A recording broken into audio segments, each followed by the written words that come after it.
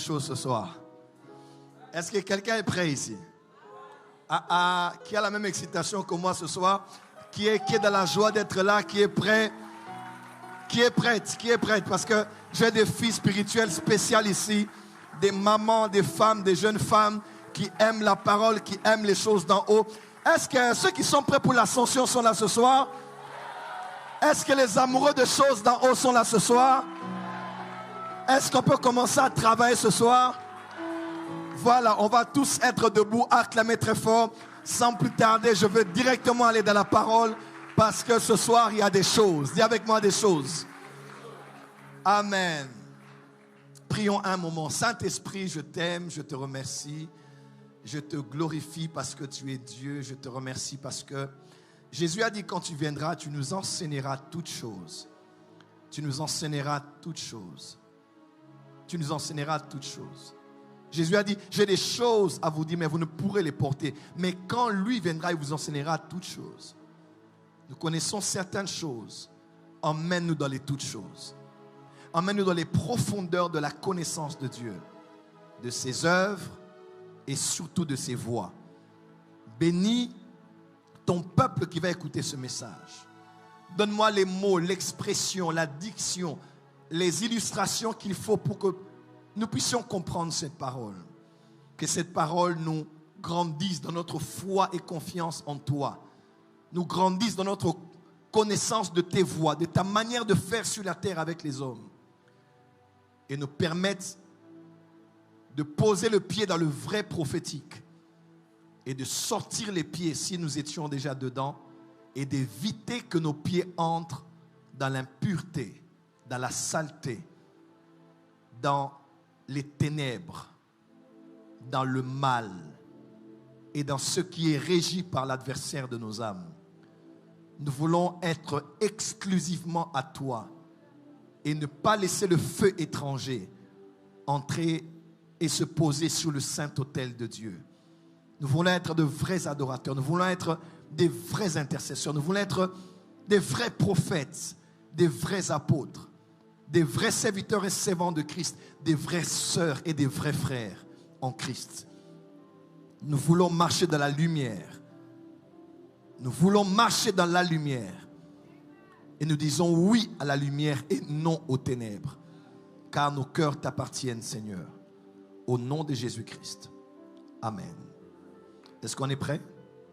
Je vous propose 3 textes ce soir. Maman va lire pour nous aussi, aujourd'hui. Allez avec moi dans Deutéronome 18, versets 10 à 20. Vous savez, ce soir, j'enseigne sur le thème « Comprendre le mysticisme ». Mais je vais commencer à l'introduction. Je vais faire un pas en arrière avec ce que j'ai dit hier. Déjà, dans toute l'introduction, la moitié du développement. Et après, je vais prendre le mysticisme pour aller jusqu'à la fin. Amen. Qui a été béni hier ici? Oh yes. Qui a essayé de revoir le live d'hier? Voilà. Amen. En tout cas, je ne serai pas beaucoup reculé, mais faites un effort. Vous êtes en ligne et ici. Suivez attentivement l'enseignement que j'ai donné hier. Amen. Nous allons parler du mysticisme ce soir. Change de mélodie. Deutéronome 18, versets 10 à 20. Lisez avec la lectrice de la parole. Qu'on ne trouve chez toi personne qui fasse passer son fils ou sa fille par le feu, personne qui exerce le métier de devin, d'astrologue, d'augure, de magicien, d'enchanteur, personne qui consulte ceux qui évoquent les esprits, celui qui évoque les esprits, ou disent la bonne aventure, personne qui interroge les morts. Car quiconque fait ces choses est en abomination à l'Éternel. Et c'est à cause de ces abominations que l'Éternel, ton Dieu, va chasser ces nations devant toi. Il y a ce qu'on appelle péché dans l'Ancien Testament, iniquité dans l'Ancien Testament, mais aussi ce qu'on appelle une abomination. Amen, amen. Yeah. Dis à ton voisin, fais attention aux péchés, aux iniquités et surtout aux abominations. Continuez, maman. Tu seras entièrement à l'Éternel, ton Dieu. Car ces nations que tu chasseras écoutent les astrologues et les devins. Mais à toi, l'Éternel, ton Dieu, ne le permet pas. L'Éternel ton Dieu te suscitera du milieu de toi, d'entre tes frères, un prophète comme moi. Excusez-moi. À peine Dieu interdit les hommes de consulter plusieurs sciences mystiques qui révèlent le caché, qui annoncent le futur, Dieu ne laisse pas les gens en leur disant ne faites pas sans les montrer la vraie voie. Quelqu'un m'a compris? Yes. Dieu dit pas ceux qui évoquent les morts, pas ceux qui consultent les astres, pas ceux qui font ceci, pas ceux qui font cela. Comme un parent responsable, il te dira ne mangez pas là-bas, là-bas, là-bas, mais voici ce qu'il faut manger. Exactement. Dieu dit la solution aux augures, la solution aux devins, la solution aux astrologues, la solution à ceux qui consultent les morts aux médiums, c'est un prophète que je vais susciter. Je déclare dans la francophonie, dans nos pays et dans nos nations. Dieu élève et suscite des vrais prophètes. Amen. Qui peuvent opérer plus qu'opèrent ces anciennes technologies. Amen. Et révéler aux hommes la voie qu'ils doivent suivre. Comment? Yes. Continuez s'il vous plaît. Vous l'écouterez. Il répondra ainsi à la demande que tu fis à l'Éternel, ton Dieu, à Horeb, Yes. le jour de l'assemblée, quand tu disais que je n'entende plus la voix de l'Éternel, mon Dieu, et que je ne vois plus ce grand feu, afin de ne pas mourir. L'Éternel me dit, ce qu'ils ont dit est bien. Je leur susciterai du milieu de leurs frères un prophète comme toi. Yes. Je mettrai mes paroles dans sa bouche. Yes. Et il leur dira tout ce que je lui commanderai. Yes. Et si quelqu'un n'écoute pas mes paroles qu'il dira en mon nom, c'est moi qui lui en demanderai compte. Mais le prophète qui aura l'audace de dire en mon nom une parole que je ne lui ai point commandé de dire, Yes. ou qui parlera au nom d'autres dieux, ce prophète-là sera puni Et de qui mort. parlera au nom d'autres dieux. Et parler au nom d'autres dieux, c'est une expression très dangereuse. C'est-à-dire parler en ayant eu une communication spirituelle avec d'autres divinités. Parce que les prophètes qui parleront de moi, je suis le Dieu derrière leurs paroles. Mais on a de ceux qui vont oser parler à mon peuple en ayant d'autres dieux derrière qui les insufflent, qui les inspirent.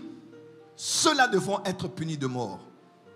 2 Chroniques 33, versets 1 à 6, c'est une histoire assez tragique. 2 Chroniques 33, 1 à 6. Avant que maman ne puisse lire, je peux faire un commentaire sur le sujet. Vous avez l'histoire de Ézéchias, que vous connaissez tous, roi de Juda, roi à Jérusalem, descendant de la postérité de David après le schisme. Ézéchias, vous connaissez l'histoire, Ésaïe le prophète est envoyé chez lui pour lui dire « Mets en ordre ta maison parce que dans peu de temps tu seras parti. » Ézéchias dit « Je connais les voies par lesquelles je peux changer et modifier un futur. » Il s'est mis en face du mur et il a rappelé à Dieu ses œuvres, comment il avait réformé le culte, comment il avait changé même le salaire de ceux qui travaillaient dans le temple, toutes les réformes qu'il avait emmenées. Le prophète n'était pas encore sorti que Dieu lui a dit « Retourne et parle à mon serviteur, il va vivre et je le rajoute 15 années de plus. » Alors, lorsqu'il a modifié la volonté parfaite de Dieu, il est entré dans la volonté permissive de Dieu. Voilà pourquoi, lorsque Dieu dit non, il a raison. Lorsque Dieu dit ne fais pas, il sait pourquoi. Ne forcez pas Dieu de vous donner quelque chose qu'il ne veut pas. Parce qu'il peut à la fin vous laisser prendre, mais vous ne connaissez pas le prix qu'il faudra payer pour quelque chose. Je peux dire quelque chose? Come on. Même quand je parlerai du mysticisme ici, chaque fois qu'on viole une loi spirituelle, on paye à cause de cette loi spirituelle.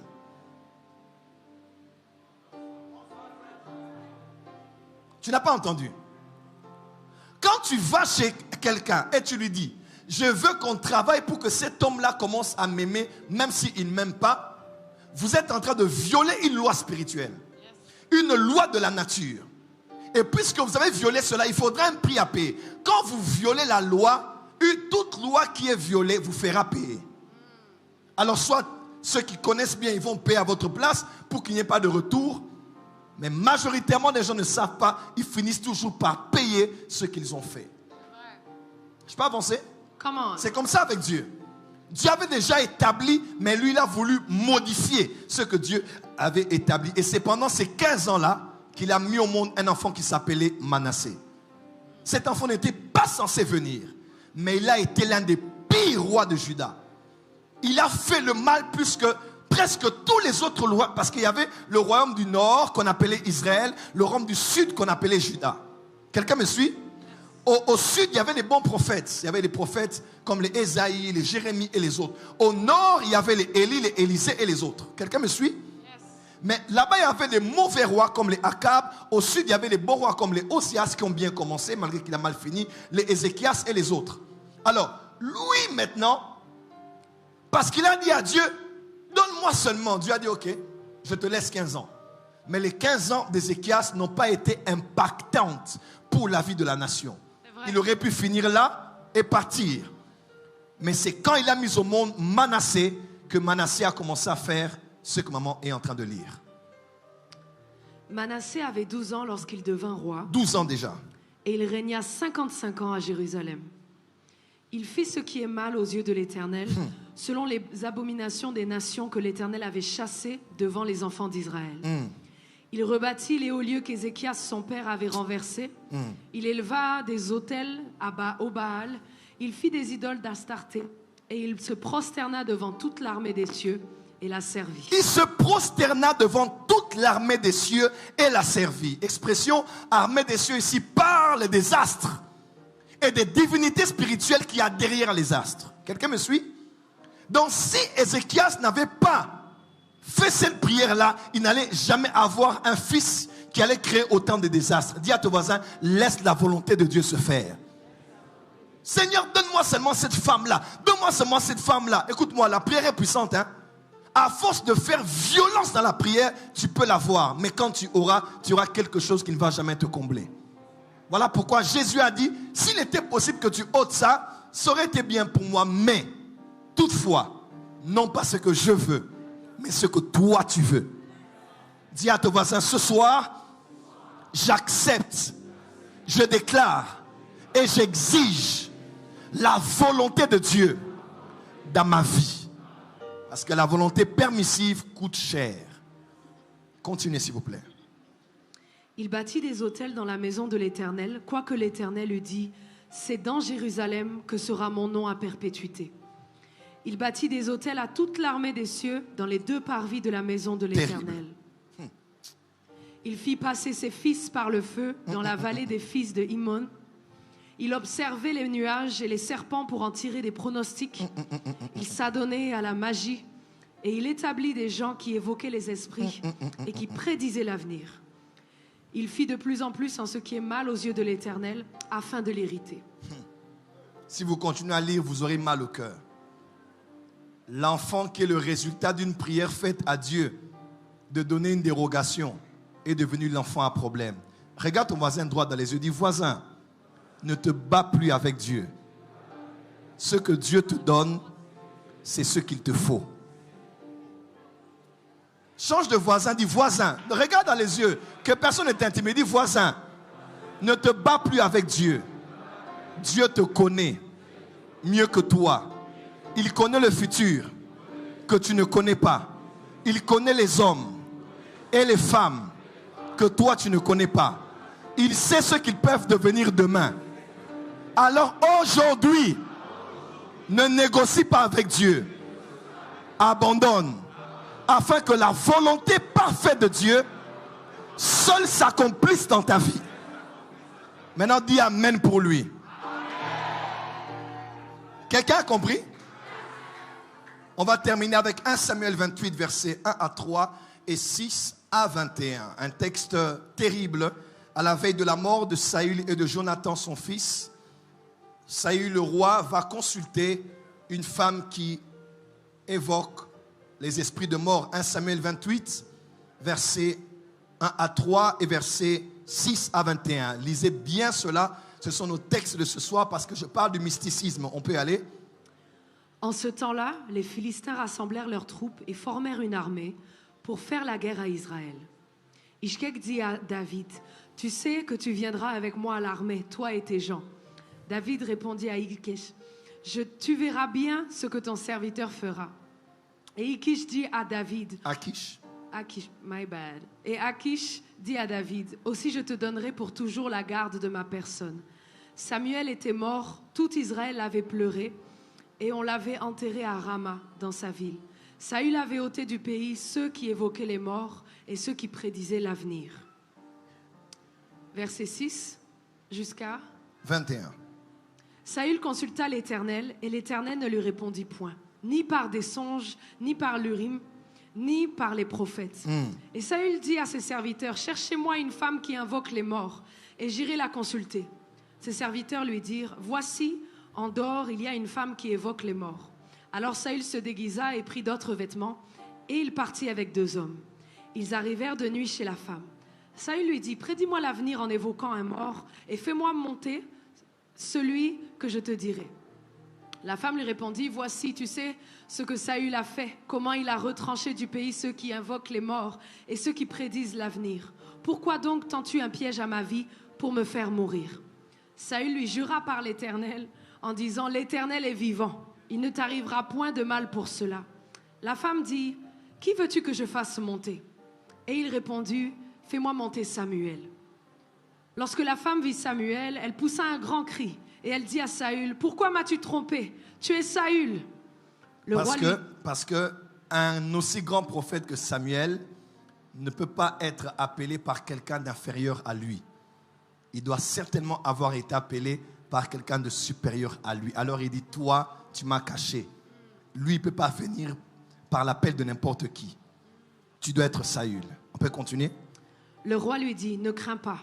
Mais que vois-tu? La femme dit à Saül, je vois un Dieu qui monte de la terre. Un Elohim qui monte de la terre. Il lui dit, quelle figure a-t-il? Et elle répondit, c'est un vieillard qui monte et il est enveloppé d'un manteau. Saül comprit que c'était Samuel. Et il s'inclina le visage contre terre et se prosterna. Samuel dit à Saül, pourquoi m'as-tu troublé en me faisant monter? Saül répondit, je suis dans une grande détresse et les Philistins me font la guerre. Et Dieu s'est retiré de moi. Il ne m'a pas répondu ni par les prophètes ni par des songes. Parce que Dieu répond par les prophètes et Dieu répond par les songes. Dis à ton voisin, cette semaine, Dieu va te répondre par les songes, il va te répondre par les prophètes. Que cela soit ton témoignage à la fin de ce programme. Et je t'ai appelé pour que tu me fasses connaître ce que je dois faire. Samuel dit, pourquoi donc me consultes-tu puisque l'Éternel s'est retiré de toi et qu'il est devenu ton ennemi? L'Éternel te traite comme je te l'avais annoncé de sa part. L'Éternel a déchiré la royauté d'entre tes mains et l'a donnée à un autre, David. Tu n'as point obéi à la voix de l'Éternel et tu n'as point fait sentir à Amalek l'ardeur de sa colère. Voilà pourquoi l'Éternel te traite aujourd'hui de cette manière. Et même l'Éternel livrera Israël avec toi entre les mains des Philistins. Demain, toi et tes fils, vous serez avec moi et l'Éternel livrera le camp d'Israël entre les mains des Philistins. Il dit, demain, toi et tes fils, vous serez avec moi. Ouais. Donc, moi, je suis avec les morts. Je remonte des morts. Toi qui es là où les vivants sont, je t'informe. Demain, là, vous serez avec moi. Toi et tes fils. En d'autres termes, un prophète mort a prophétisé quelque chose qui s'est réalisé. Ah, tu n'as pas entendu. Un prophète mort, l'esprit d'un prophète mort, dans le séjour des morts, qu'on fait remonter, il a vu l'avenir, il a annoncé ce qui va arriver. De la part de qui? Si un mort peut prophétiser, tu prophétiseras. Amen. Ah, tu n'as pas déjà dit, si un mort peut prophétiser et dire à un roi ce qui peut arriver, toi tu prophétiseras. On peut avancer s'il vous plaît, on va terminer. Aussitôt Saül tomba à terre de toute sa hauteur et les paroles de Samuel lui remplirent d'effroi. De plus, il manquait de force car il n'avait pris aucune nourriture depuis de tout le jour et de toute la nuit. La femme vint auprès de Saül et le voyant très effrayé, elle lui dit, voici ta servante a écouté ta voix. J'ai exposé ma vie en obéissant aux paroles que tu m'as dites. Écoute maintenant, toi aussi, la voix de ta servante, et laisse-moi t'offrir un morceau de pain, afin que tu manges pour avoir la force de te mettre en route. Mais il refusa et dit, je ne mangerai point. Ses serviteurs et la femme aussi les pressèrent, et il se rendit à leur instance. Il se leva de terre et s'assit sur le lit. Merci. C'est quel verset? On s'est arrêté au 23. 23. Amen. Que Dieu bénisse sa parole. Amen. Merci. Reprenez vos places. et on va acclamer pour la parole du Seigneur. Mes amis, avec les panneaux des 5 dieux, ils vont avancer, on va commencer par là. Et ensuite, on va aller avec autre chose. 5 dieux, c'est ça?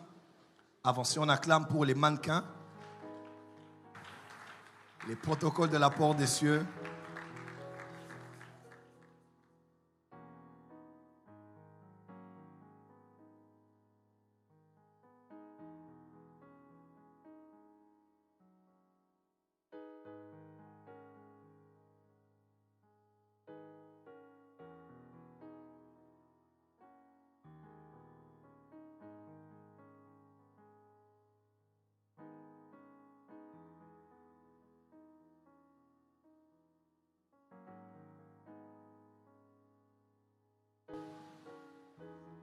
Baisse un peu la musique. Baisse la musique, on va être concentré. On peut commencer ce soir? Est-ce qu'on peut commencer? Est-ce qu'on peut commencer? Est-ce qu'on peut commencer? Je répète, est-ce qu'on peut commencer? Alors, je vous annonce que c'est comme un go que j'ai pris de la part de l'Esprit. La prochaine fois, ce sera vraiment dans la conférence des pasteurs. Dieu m'a permis maintenant de commencer à dire aux hommes de Dieu comment les choses se passent spirituellement. Pourquoi? Parce que, comme quelqu'un disait, avec certains pasteurs, ils m'ont dit, papa, kin et baby. Je viens du Katanga, nous avons été chez l'apôtre Jean Clément. J'y ai été en 2014, 2015, 2016, j'ai vécu là-bas un petit moment. Et je peux vous assurer que de ce que j'ai vu au Katanga, même récemment en partant, et ici à Kinshasa, le terrain de l'évangile, même le corps du Christ, est un terrain qui est devenu très glissant. Je ne dis pas que Dieu n'agit pas, je ne dis pas que Dieu ne fait pas, je ne dis pas que Dieu ne se manifeste pas. Je ne peux pas être comme ceux à qui Dieu posera la question selon Ésaïe qui dit, qui a cru à ce qui nous était annoncé, qui a reconnu le bras de l'Éternel. Moi, je suis de ceux qui reconnaissent le bras de l'Éternel. Par le bras de l'Éternel, les églises grandissent aujourd'hui. Par le bras de l'Éternel, des églises achètent et construisent aujourd'hui. Par le bras de l'Éternel, il y a des prophéties avec précision inimaginable. Par le bras de l'Éternel, des maladies sont guéries, des choses sortent même des corps des hommes. Par le bras de l'Éternel, des aveugles voient, des sourds entendent, des paralytiques marchent, des morts ressuscitent. Par le bras de l'Éternel, des choses inouïes se passent, les gens tombent sous l'onction, Miracle Money et tant d'autres choses se passent dans l'Église. Nous en sommes témoins car nous croyons que Dieu est ici au Congo et qu'il continue encore à agir. Mais en parallèle, je ne mentirai pas qu'il y a beaucoup de contrefaçons. Il y a beaucoup de contrefaçons. Des fabrications humaines, premièrement, et de deux, il y a beaucoup de ceux qui travaillent à saturation avec des esprits. Et il faut qu'on en parle. Et si j'aimerais attirer l'attention de la jeune génération, de ceux qui sont prophètes, ils sentent l'appel au prophétique, ou ils sentent l'appel au ministère prophétique. Vous êtes encore trop jeunes. J'ai commencé ce travail, j'avais 16 ans et demi, 17 ans, 18 ans. Aujourd'hui, j'ai plus de 40 ans. J'ai fréquenté la plupart des grands prophètes qu'on a ici en Afrique. Mon père spirituel qui m'a écrit quand je venais avec maman est l'un des grands prophètes qu'on a dans le monde aujourd'hui. J'ai été proche de plusieurs prophètes, malawites, sud-africains, zimbabwéens et autres. Récemment même encore, l'apôtre Kin me faisait signe que l'apôtre Johnson Suleiman est en train de me chercher pour entrer en contact avec moi. Je connais les hommes de Dieu, je connais les prophètes. Et il n'y a pas grand-chose que quelqu'un peut me dire sur le prophétique que je ne connaisse pas.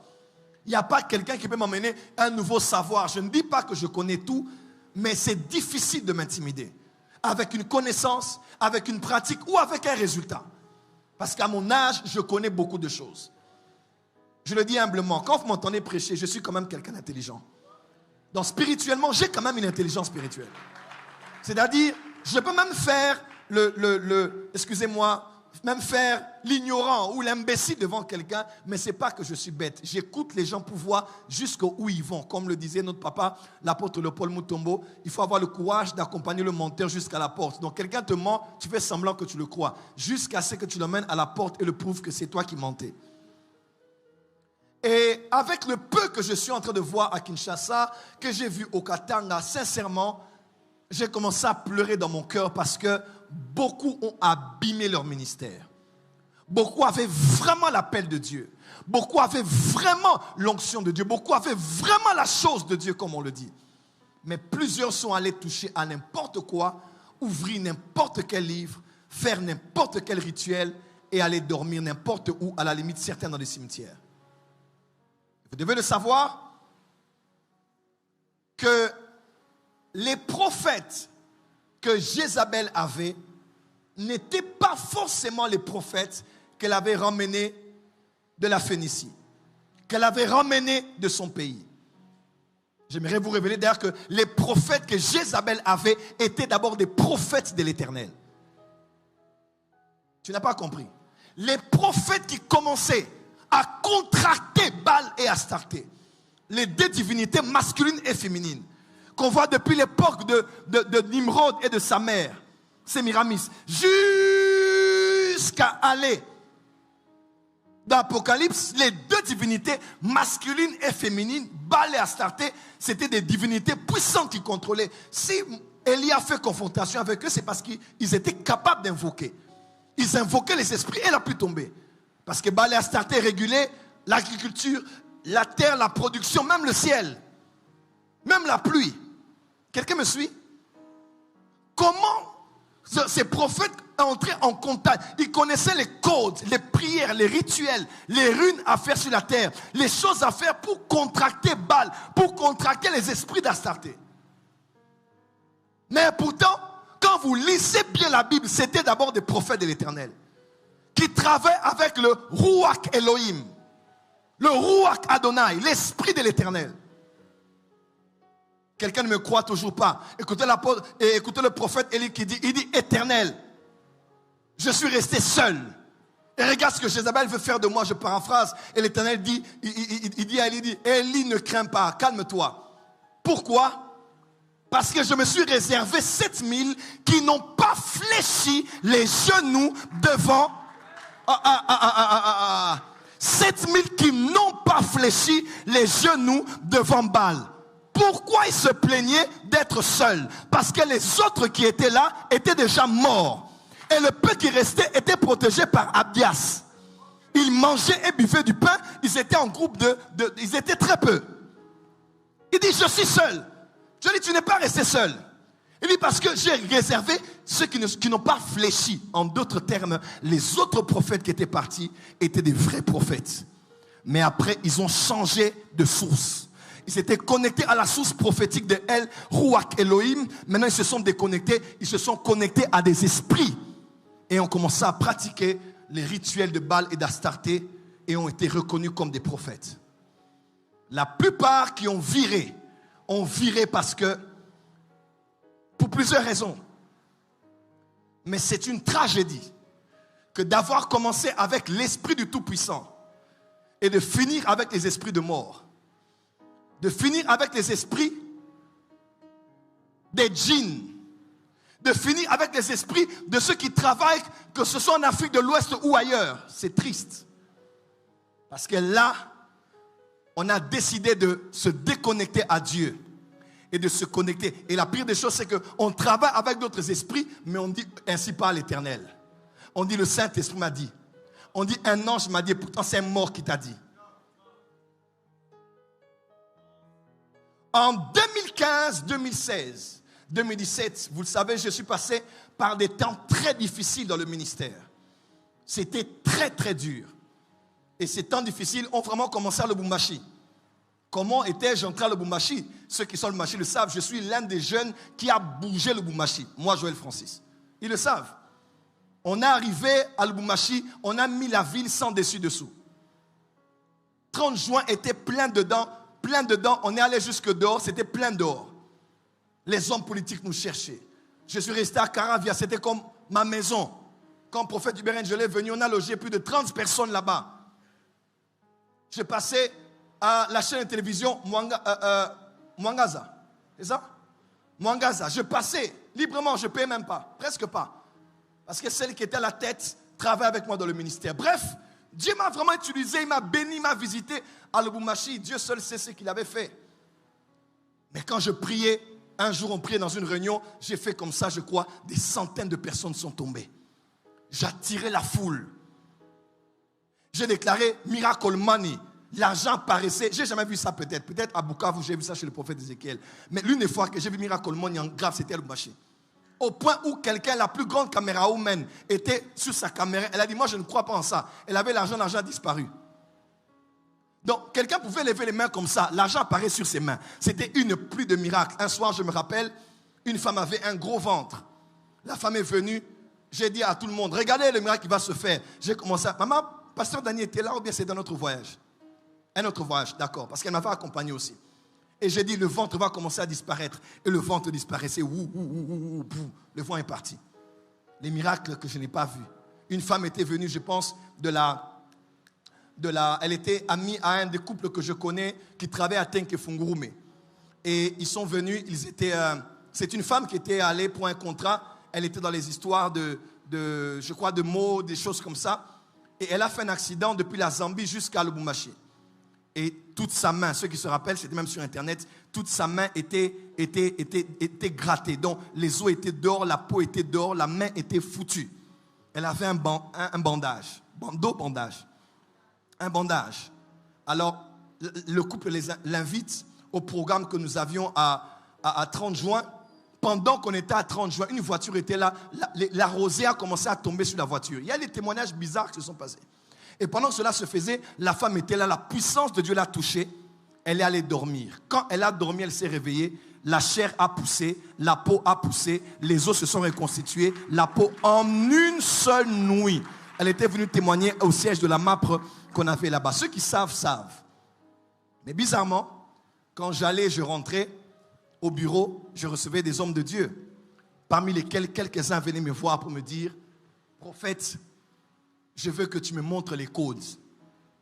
Je veux que tu me montres les choses, parce que moi je suis là, tel, Métatron, des choses vraiment, des noms des anges, de tout ça. Oh, maintenant je ne comprenais pas en fait, parce que moi, beaucoup de gens qui ont cru que j'étais dans la magie à l'époque, quand ils m'ont approché, ils m'ont dit, mais on n'avait jamais cru au fait que tout ce que tu fais. J'ai dit au fait, moi je suis un bon frère.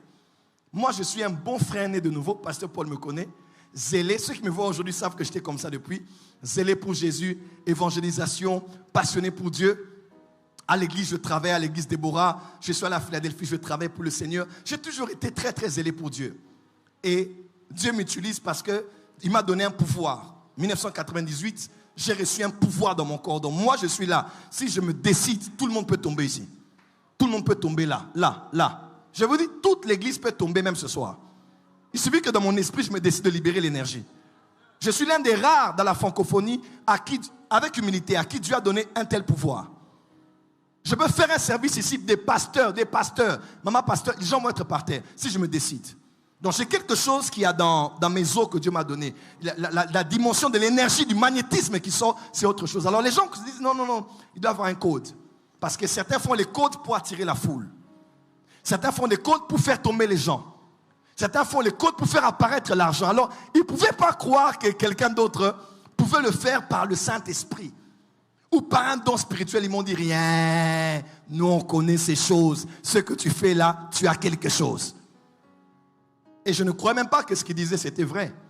Jusqu'à 2018-2019, quand j'ai commencé à connaître, comprendre certaines choses, j'ai dit, waouh, le corps du Christ est en danger. Et j'aimerais vous dire la vérité. Il y a de ceux qui attaquent l'église pour dire il y a des pasteurs qui sont occultistes, des pasteurs qui sont magiciens, des hommes de Dieu qui ont des fétiches, des hommes de Dieu qui ont cela. À vrai dire, je n'aime pas trop parler des hommes de Dieu de cette manière. Vous me connaissez très bien. Mais ce qui me dérange chez eux, ce n'est pas ce qu'ils disent, mais c'est la motivation. C'est la motivation. Mais on va être honnête entre vous et moi. Ces hommes n'ont pas totalement tort. Quand certains font des vidéos sur YouTube, même des gens qui ne nous aiment pas forcément, disent certaines choses. Ce n'est pas parce qu'ils ne m'aiment pas que je ne dois pas croire en tout ce qu'ils disent. Parce que c'est la vérité. Le corps du Christ est vraiment infiltré. On ne va pas agir comme ceux qui se sont victimisés. Parce que nous ne sommes pas des faux. Nous savons ça. Mais ce qu'ils disent là, c'est la vérité. Kinshasa est baby. Et baby. La plupart avaient bien commencé avec Dieu. Mais quand la gloire est venue, ils ont eu peur de perdre. Tu sais, il y a une peur de perdre la gloire. Hein? Tu as peur de perdre ton mari, tu as peur de perdre la grossesse, tu as peur de perdre le travail, tu as peur de perdre cette bonne relation qui a commencé. La peur de perdre, surtout après que tu aies beaucoup perdu, quand maintenant tu amasses. Un pasteur m'a dit, il est même alimenté ici, il m'a dit un jour, il m'a dit, Joël, moi le jour où je viendrai le matin, je ne vois plus personne dans l'église, je peux même me tuer, je peux même mourir. Je dis, arrête de raconter ça. Il dit, l'église est pleine comme ça, et puis un jour tu vois que les gens ne viennent plus. C'est comme ça que beaucoup ont déprimé. Après une grande gloire, quand ils sont tombés, pour se relever, c'est devenu compliqué. Beaucoup même quand ils sont montés, ils ont eu peur. Ils ont dit bon, et Satan envoie toujours des gens. Il va te dire, c'est vrai que tu as une grande église, mais l'autre qui a une grande église là-bas, tu penses qu'il maintient son église parce qu'il prie seulement? Il y a aussi des choses qu'il faut faire. Et on commence à faire. Et beaucoup, je n'ai pas dit tous, mais beaucoup sont entrés dans beaucoup de choses mystiques. Ma prière est que Dieu te préserve. Et en 2015-2016, un prophète m'a appelé et il m'a parlé de la part de Dieu. C'était vraiment une parole que Dieu m'avait donnée. C'était même le prophète Ken Mouyaya. Il m'a dit, prophète Joël, Dieu me dit de te dire que le combat que tu as, de sentir que l'église te hait. On faisait des vidéos Jésus-Christ TV. On me critiquait ici, critiquait là-bas. Même des propres amis à moi utilisaient la chair de leurs églises pour dire que j'étais occultiste. Beaucoup de choses. Je ressentais la haine de mes frères, la haine de l'église. Moi qui étais un peu le chouchou à l'époque avec la MAPRE, les gens me suivaient, les gens m'approchaient, on faisait des photos avec moi. Les gens s'étaient un peu éloignés de moi. Alors, je sentais comme si on me haïssait au fait. Je dis, mais les gens, il y a quelqu'un d'autre qui dit, ah, on a dit, il ne te connaît pas. Il ne sait même pas ta famille, ton père, ta mère. Il ne sait pas rien de toi, mais il te hait. Il n'aime juste pas ta tête. Et ton nom ne le plaît pas. Je sentais beaucoup de haine. Alors le prophète Ken m'a dit, prophète Joël, il faut que tu saches que ton combat est spirituel. Tu es un homme à qui Dieu a fait une grande capacité. Le but du diable, c'est de te montrer qu'à l'église, on ne t'aime pas. Pour que tu vires de l'autre côté. Parce que tu as une grande capacité d'attraction des gens. Moi, là où je suis, si je dois être un occultiste, croyez-moi, je vais prendre beaucoup de gens à Satan. Parce que je connais mes capacités. J'ai des capacités physiques, j'ai des capacités intellectuelles, j'ai des capacités de niveau de la connaissance relationnelle. Je peux être un puissant instrument entre les mains du diable pour prendre des jeunes femmes, prendre des hommes, prendre des pasteurs et prendre. Satan sait qu'il peut m'avoir là. Il sait. Mais c'est avec le temps que Satan a réalisé qu'il y a une chose. Moi, je suis un adorateur. Le diable m'est apparu. J'ai eu des propositions et j'ai dit à Satan, moi, je ne sers pas Dieu. Je n'aime pas ce Jésus parce que j'ai eu des gens, je n'ai pas eu des gens. Moi, j'ai donné ma vie à Jésus pour aller au ciel. Que je gagne, que je perde. Même si Dieu me retire le ministère aujourd'hui, je serai un bon chrétien. Parce que je ne m'étais pas converti. Beaucoup se convertissent en connaissant les choses des prophètes. Nous, on ne connaissait pas les choses des prophètes. On était juste convertis pour suivre Jésus. Donc, même si ça part, ça ne m'enlèvera pas grand-chose tant que Dieu reste avec moi. La seule chose, l'une des grandes choses qui protège contre la séduction, c'est si ton cœur appartient totalement à Dieu ou si ton cœur est corrompu par les choses de ce monde, par le pouvoir, par l'argent, par le besoin de se positionner. Frère, nous on a connu la foule, on a connu la perte. Aujourd'hui, que je gagne ou que je perde, plus rien ne compte pour moi si ce n'est Jésus. J'ai vu des gens me jurer de ne jamais me quitter, m'ont quitté. J'ai vu des gens faire des vœux de ne jamais, ils sont partis. Donc il n'y a rien sur la terre de nouveau vraiment que je peux connaître dans le ministère à mon âge. Le pire de ce que beaucoup de pasteurs peuvent connaître, moi j'ai connu ça. Voilà pourquoi il faut que nous puissions rester des enfants de Dieu. Tant que ton cœur, là où est ton trésor, là où sera ton cœur. Si ton trésor c'est le poste, si ton trésor c'est cette femme, si ton trésor c'est ce pouvoir, si ton trésor c'est cette élévation, ton cœur ira facilement dans ces choses. Moi j'ai accepté maintenant qu'on ne va pas me fabriquer. C'est Dieu qui a fait de moi ce que je suis. Personne n'a le droit de me fabriquer. C'est pour cela qu'on me respecte d'ailleurs, parce que les gens savent que je suis la preuve que Dieu peut tenir quelqu'un par la main et le soutenir. Pourquoi je dis tout ça? Parce que j'ai découvert que le mysticisme existe. Vous le connaissez dans le monde, mais étrangement, le mysticisme est entré dans l'Église. Et ce soir, je vais commencer à en parler, puisque demain, je parle de lorsque le faux est confondu au vrai. Je vais encore approfondir demain, mais écoutez-moi très très bien. Vous tous qui êtes ici, tu es ministre de Dieu, prophète. Tu es entré dans des choses bizarres et mystiques. Fais tout, vois-moi au bureau. Je suis encore là cette semaine et la semaine prochaine. Personne ne saura même que tu viens pour ça. Si tu as des livres, tu as des choses, viens me voir parce que tu dois abandonner avec ces choses. Ces choses vont t'emmener en enfer. Le monde des choses des esprits, ce n'est pas une chose de petits enfants. Ce n'est pas quelqu'un qui te dira, j'étais dans ma chambre, j'ai appelé un esprit, il est venu. Faites attention aux escrocs. Les choses des esprits, on ne blague pas avec ça. Même dans nos villages, là où il y avait des grands mouvements des esprits, ce n'est pas tout le monde qui avait la capacité d'aller et invoquer des esprits. Ce n'est pas tout le monde. Ce n'était pas un petit enfant, un petit jeune, non. Même si c'était un jeune, il doit vraiment avoir été travaillé pour avoir la maîtrise de ces choses. Le Dieu d'Israël n'a pas interdit ça pour rien. Parce qu'il y a un danger que de jouer à la manipulation des esprits. Tu n'as pas encore d'enfants. Demain, tu auras des enfants. Tes enfants deviennent tel enfant malade, tel enfant qui zengi, tel enfant problème. Ou bien tu es marié, pas d'enfant. Ou bien, je ne dis pas que tous ceux qui n'ont pas d'enfants ont des problèmes avec des esprits. Mais pour la plupart des cas, vous avez des problèmes. On t'envoie un esprit. Tu dois aller avec toutes les femmes que tu connais. Bref, tu ne comprends pas ce qui t'arrive parce que tu allais jouer dans un terrain que tu ne maîtrises pas. Un esprit n'est pas ton ami. Hein? Il peut te donner ce que tu cherches. Mais après ça, le coût que tu vas payer sera terrible. Dis à ton voisin, comprendre le mysticisme. Est-ce que maintenant je peux commencer? Acclamer, on va y aller. Acclamer, on va y aller.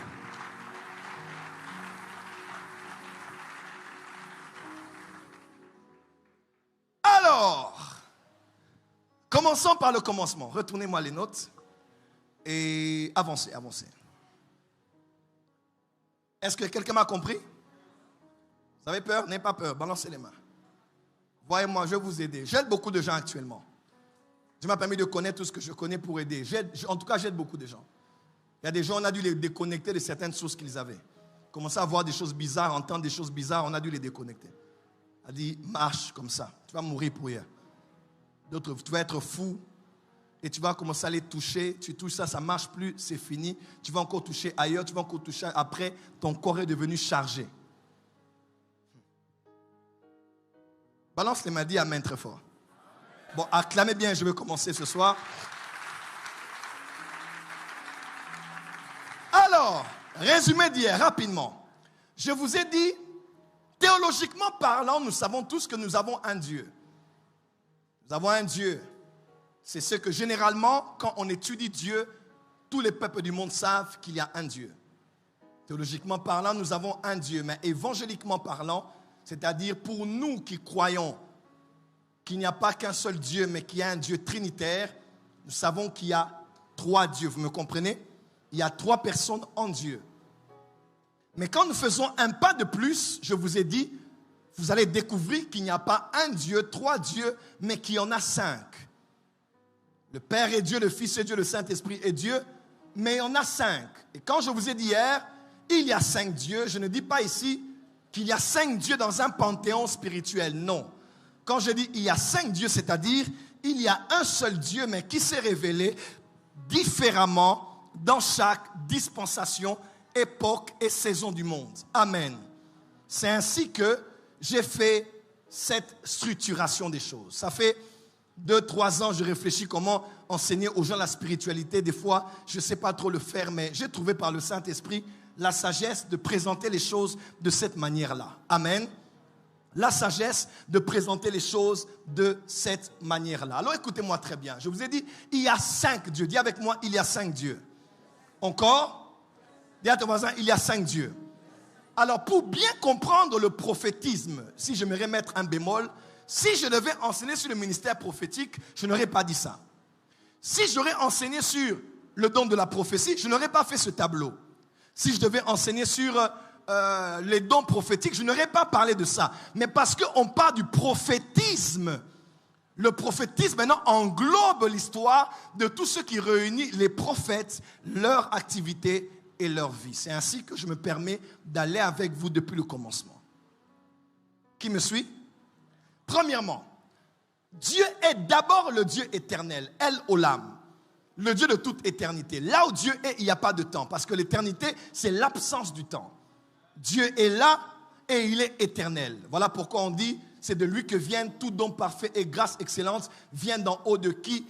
Du Père des Lumières, en qui il n'y a ni ombre ni variation de temps. Quelqu'un peut dire Amen? Pourquoi il n'y a pas d'ombre lorsque tu es debout en plein jour? C'est parce que tu es à midi. Quand tu es à midi, le ciel t'empêche d'avoir de l'ombre autour de toi parce que le soleil est au zénith. Alors pourquoi Dieu ne connaît pas d'ombre ni de variation? Parce que Dieu est toujours au zénith. Il est là où il était. Il n'y a ni ombre ni variation. Il ne change pas parce qu'il est éternel. Pourquoi ça change? Parce que c'est sous le temps. Il est écrit, sous le soleil, il y a un temps pour chaque chose. Pourquoi les choses changent? C'est parce qu'il y a sous le soleil. Quelqu'un me suit? Sous le soleil, parce que le soleil, la lune, les étoiles étaient établis comme l'armée des cieux pour marquer les temps et les époques. Donc, sous le soleil, il y a le temps de naître, de mourir, de manger, de ne pas manger, de prendre les pierres, de jeter les pierres. Tout change sous le soleil parce qu'il y a le temps. Il y a 1 heure, 2 heures, 3 heures, 4 heures, 5 heures, 6 heures. Il y a rotation de la terre pendant 24 heures et translation de la terre pendant 365 jours, qui est le fait que le soleil tourne autour de la terre. Quelqu'un me suit? Et ça nous donne une année. Mais Dieu ne vit pas sous les astres. Dieu vit au-delà des astres. Voilà pourquoi, là où il est, on ne compte pas le temps. On ne calcule pas le temps. On a lu hier dans Job, on dit, le nombre de ses années est incalculable. Qui est le Père de Dieu? Dieu vient d'où? Il habitait où avant? Bref, tu n'auras pas de réponse. Dieu est Dieu et sa grandeur nous échappe. Il est le Dieu éternel. Et je veux que la porte des cieux, je veux que ceux qui me suivent sur Internet, n'oubliez pas que Dieu est le Dieu de toute éternité. Avant les archanges, les anges, les séraphins, les chérubins, tout ce que Dieu a créé, Dieu est d'abord Dieu par lui-même. Voilà pourquoi, même si toi qui es à l'église ici, là, 2000 ans après l'ouverture de l'église, tu dis à Dieu que je vais abandonner Dieu parce que Dieu ne m'a pas donné, parce que tu es encore, toi, tu n'es même pas un bébé spirituel, tu as un problème. Tu penses qu'un être qui était là, sans même les séraphins, les chérubins, a besoin de toi pour être Dieu? C'est toi qui as besoin de lui pour être toi. Dieu est Dieu avec toi, il est Dieu sans toi. Il est Dieu avec ton adoration, il est Dieu sans ton adoration. Parce qu'avant que les adorateurs du ciel existent, il était lui-même Dieu suffisant lui-même. Voilà pourquoi on ne peut pas prendre Dieu et le mettre face à un message MP3 que j'attends, ou au loyer de mon église, ou à un fiancé qui m'a quitté. Dieu est plus que ça. Et même si Satan t'attaque, mari de nuit, femme de nuit, oh Nzamekita, délivre-moi de ce mari de nuit. Dieu ne viendra jamais de là où il est pour descendre te libérer d'un sorcier de la famille. Il n'a pas le temps pour ça. Quand Lucifer s'est rébellé, Dieu n'est pas descendu. Michael a dit, toi tu blagues avec qui ici? Il a dit, Père, reste sur ton trône. Nous on va s'occuper de lui. Tu as mis le sceau à la perfection sur lui, mais on va le prouver. Parce que Satan n'est pas l'ange le plus puissant au ciel.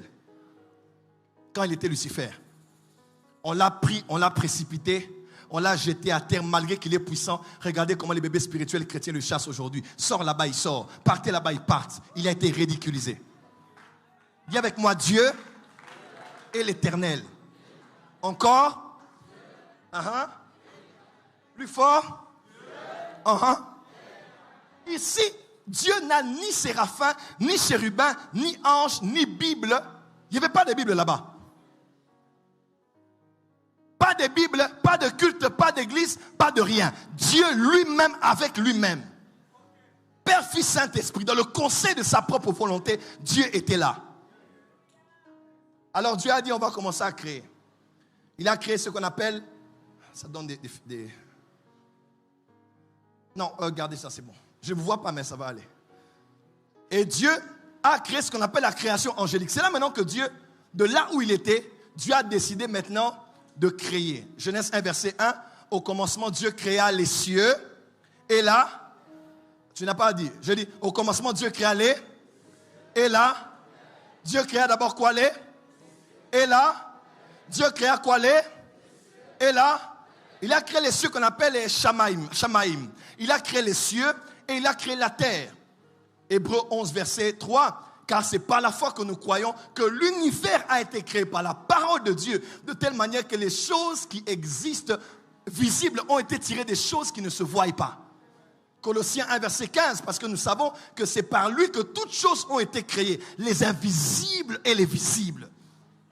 2 Corinthiens 3, verset 15, nous ne passons pas notre foi dans ce qui est visible, mais dans ce qui est invisible, parce que les visibles sont passagères et les invisibles sont permanentes. Dieu a créé les cieux et il a créé la terre. J'aimerais vous dire, Dieu a aussi créé les cieux qu'on appelle le premier ciel au-dessus de nous, le ciel des oiseaux. Regardez les oiseaux du ciel, ils ne sèment ni ne moissonnent. Le ciel là, c'est le ciel des oiseaux, le premier ciel au-dessus de nous, là où la pluie tombe. Deuxième ciel, Dieu plaça les luminaires dans les cieux, dans le ciel, n'est-ce pas? Deuxième ciel, le ciel des astres.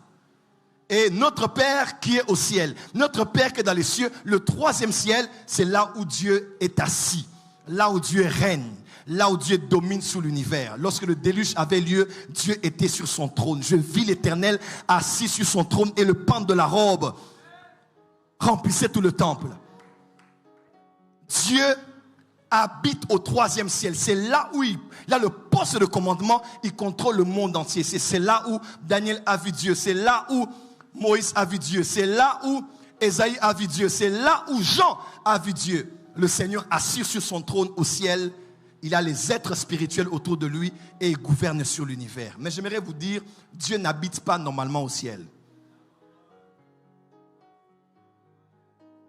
Parce que le ciel a été créé. Vous me comprenez maintenant? Dieu n'est pas dans le ciel qu'il a créé. Dieu est ici. Come on. Dieu, il est ici. Il a créé le troisième ciel où il y a son trône, où il habite là. À vrai dire, celui qui est sur le trône, ce n'est pas Dieu. Il n'y a que la part de ceux qui comprennent ce que je dis. Aaron et Myriam ont critiqué Moïse. Dieu a dit à Aaron, s'il y a un prophète parmi vous, moi je le parlerai par des songes, par des visions, mais Moïse, je le parle face à face. Et il voit une représentation de l'Éternel. Moïse, qui voyait Dieu face à face, on dit il voit une représentation de l'Éternel. Sur le trône là, c'est au fait une représentation de l'Éternel. Voilà pourquoi tous ceux qui sont allés au ciel n'ont pas vu Dieu avec la même image. Certains ont vu Dieu comme un agneau, d'autres ont vu un lion, d'autres ont vu un nuage, d'autres ont vu un vieux, d'autres ont vu le feu, d'autres gens ont vu un agneau et le lion. Pourquoi? Ils ont vu des représentations de l'Éternel.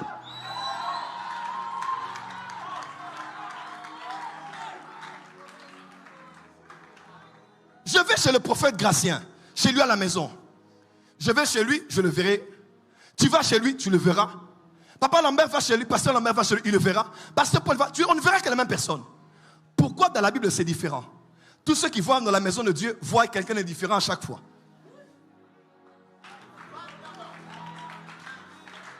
Parce qu'ils voient tous une représentation de Dieu. A pris une émanation de sa personne. Une représentation de l'Éternel, c'est toujours lui. Mais c'est lui en condensé. Parce que l'Éternel, on ne peut pas le faire asseoir sur une chaise. Non. On ne peut pas faire asseoir Dieu sur une chaise.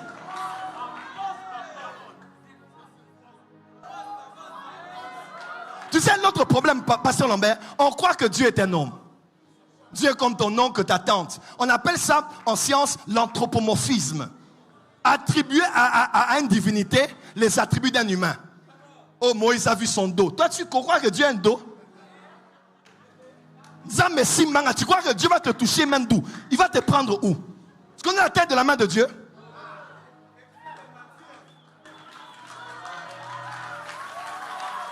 Oh, le bras de l'Éternel. Toi, tu veux mesurer le bras de Dieu? Dieu est grand et sa grandeur nous échappe. Voilà pourquoi, quand quelqu'un prend la Bible, il déchire la Bible, on nous a raté, laisse-le. Dieu n'a pas le temps d'aller à ce niveau-là. Parce que même Satan est plus important que lui. Car il est écrit, tu crois qu'il y a un Dieu? Oui, tu fais bien. Parce que même les démons le savent et ils tremblent. Satan a la foi en Dieu. Toi, des fois, tu perds la foi. Mais Satan a plus de foi que toi. Satan tremble quand il croit en Dieu. Mais toi, tu pêches. Tu viens à l'église et tu viens de pécher et tu ne trembles pas. Satan est plus que toi. Zamba muninga na bisote.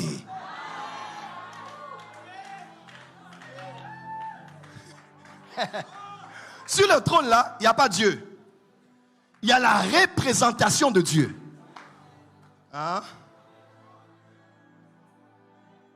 Hein? Hein? Voilà pourquoi dans Jean 1 verset 13 à 14 on dit nul œil n'a vu Dieu. Aucun ange n'a vu Dieu. Même Lucifer n'avait jamais vu Dieu. Paul dit à Timothée, il dit, il habite une lumière inaccessible. Aucune des créations de Dieu, même les plus anciennes, n'ont pu voir Dieu. Voilà pourquoi, quand Jésus-Christ est venu, il est écrit, nul œil n'a vu Dieu. Mais seul le Fils unique, qui est lui-même Dieu, qui vient du sein du Père, c'est lui qui nous l'a fait connaître. Parce que Jésus est l'image visible du Dieu invisible.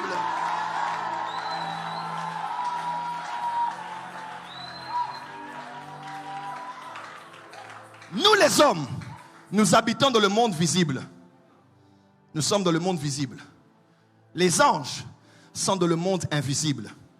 Donc, nous, on ne voit pas les anges, mais les anges nous voient. L'homme habite dans le visible, l'ange habite dans l'invisible, mais Dieu n'habite pas dans l'invisible. Dieu habite dans l'invisible de l'invisible.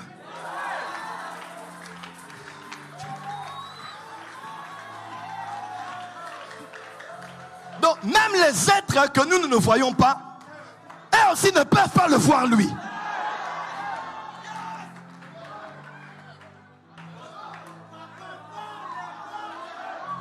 Est-ce que je peux avancer? Voilà pourquoi je vous dis, Dieu n'est pas juif, Dieu n'est pas chrétien. Il est au-delà de ce... Voilà pourquoi, prophète Jimmy, on doit arrêter de mettre Dieu dans une boîte. Oh, tu connais Dieu? Oh, comment on ne parle que d'elle maintenant? Elle est élevée comment? Papa, tu connais Dieu? Dieu, c'est un mystère. Voilà pourquoi tu ne peux pas laisser Dieu et aller toucher au fétiche. Non, non, non, non, non, non, non, non, non, non, non, non, non, non. Tu ne peux pas laisser l'Éternel et aller te prosterner devant une petite statue que quelqu'un a coupée. Et tu es là-bas. Hébré. Vous laissez l'Éternel.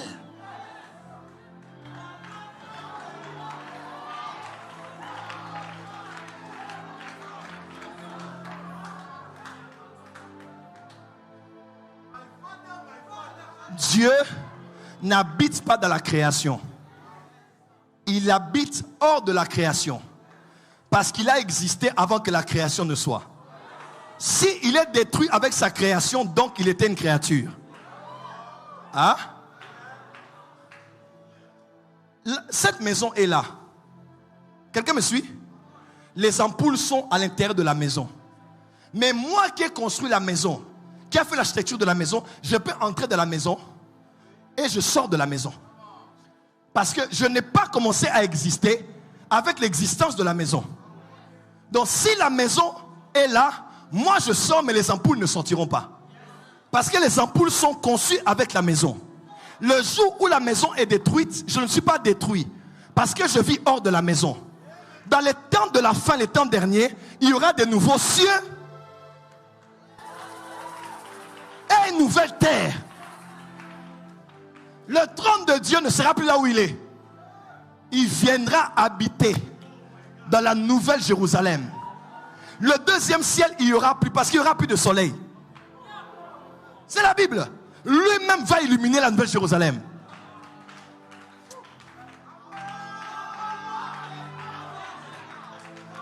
Non, asseyez-vous, je viens de commencer, je n'ai pas encore prêché.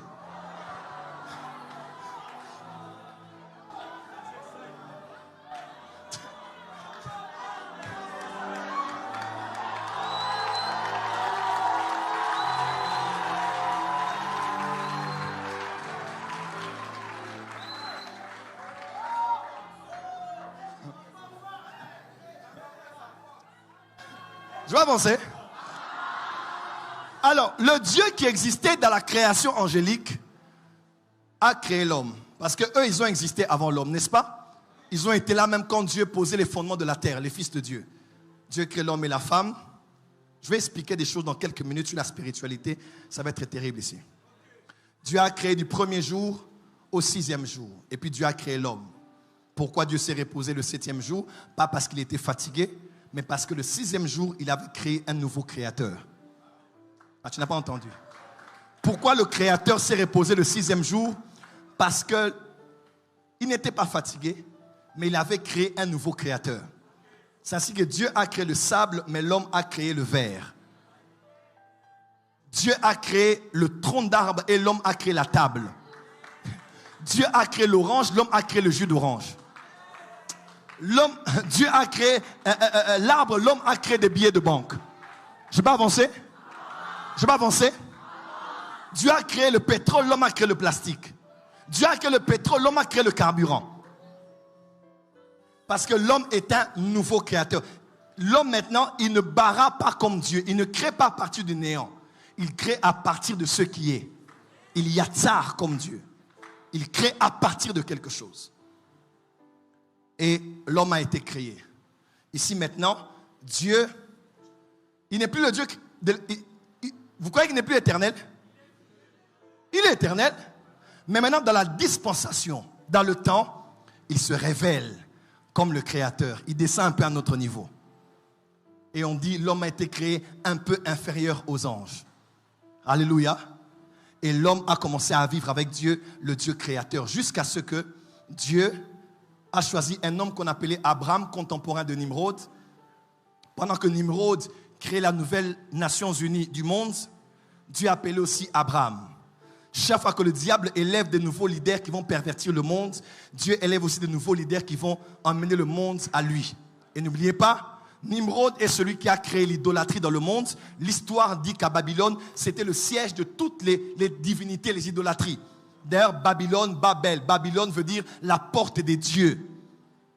Babylone veut dire la porte des dieux. C'était même la tour de Babel, on pourrait dire, c'était un vortex, c'était un hôtel qui ouvrait la porte. C'était d'abord un télescope. On pouvait voir, dessiner les cartes du ciel à partir de là.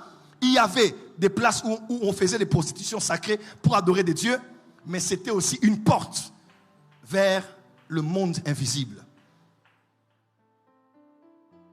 Pendant que Lucifer élevait un adorateur des divinités, Dieu élevait un adorateur de la voix. La première révélation qu'Abraham a de Dieu, c'est la voix.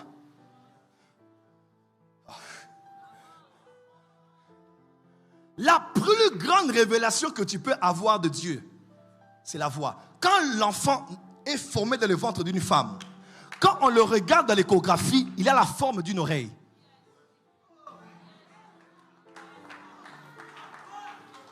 La foi ne vient pas de ce qu'on voit.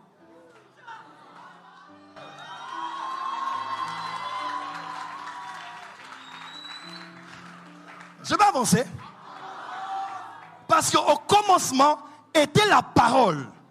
La parole était avec Dieu. La parole, elle était avec Dieu au commencement. Frère, tu n'as pas... Voilà pourquoi la foi n'a pas besoin de voir. La foi croit en ce que Dieu a dit sans l'avoir vu. La voie. Le christianisme devrait être appelé la voie. The way. Certains ont dit c'est the way. Non, là c'est le chemin. Mais Dieu c'est the way. Pardon, the voice. Dieu est la voix. Il a dit, lève-toi, sors. Abraham est sorti. Il a cru en la parole.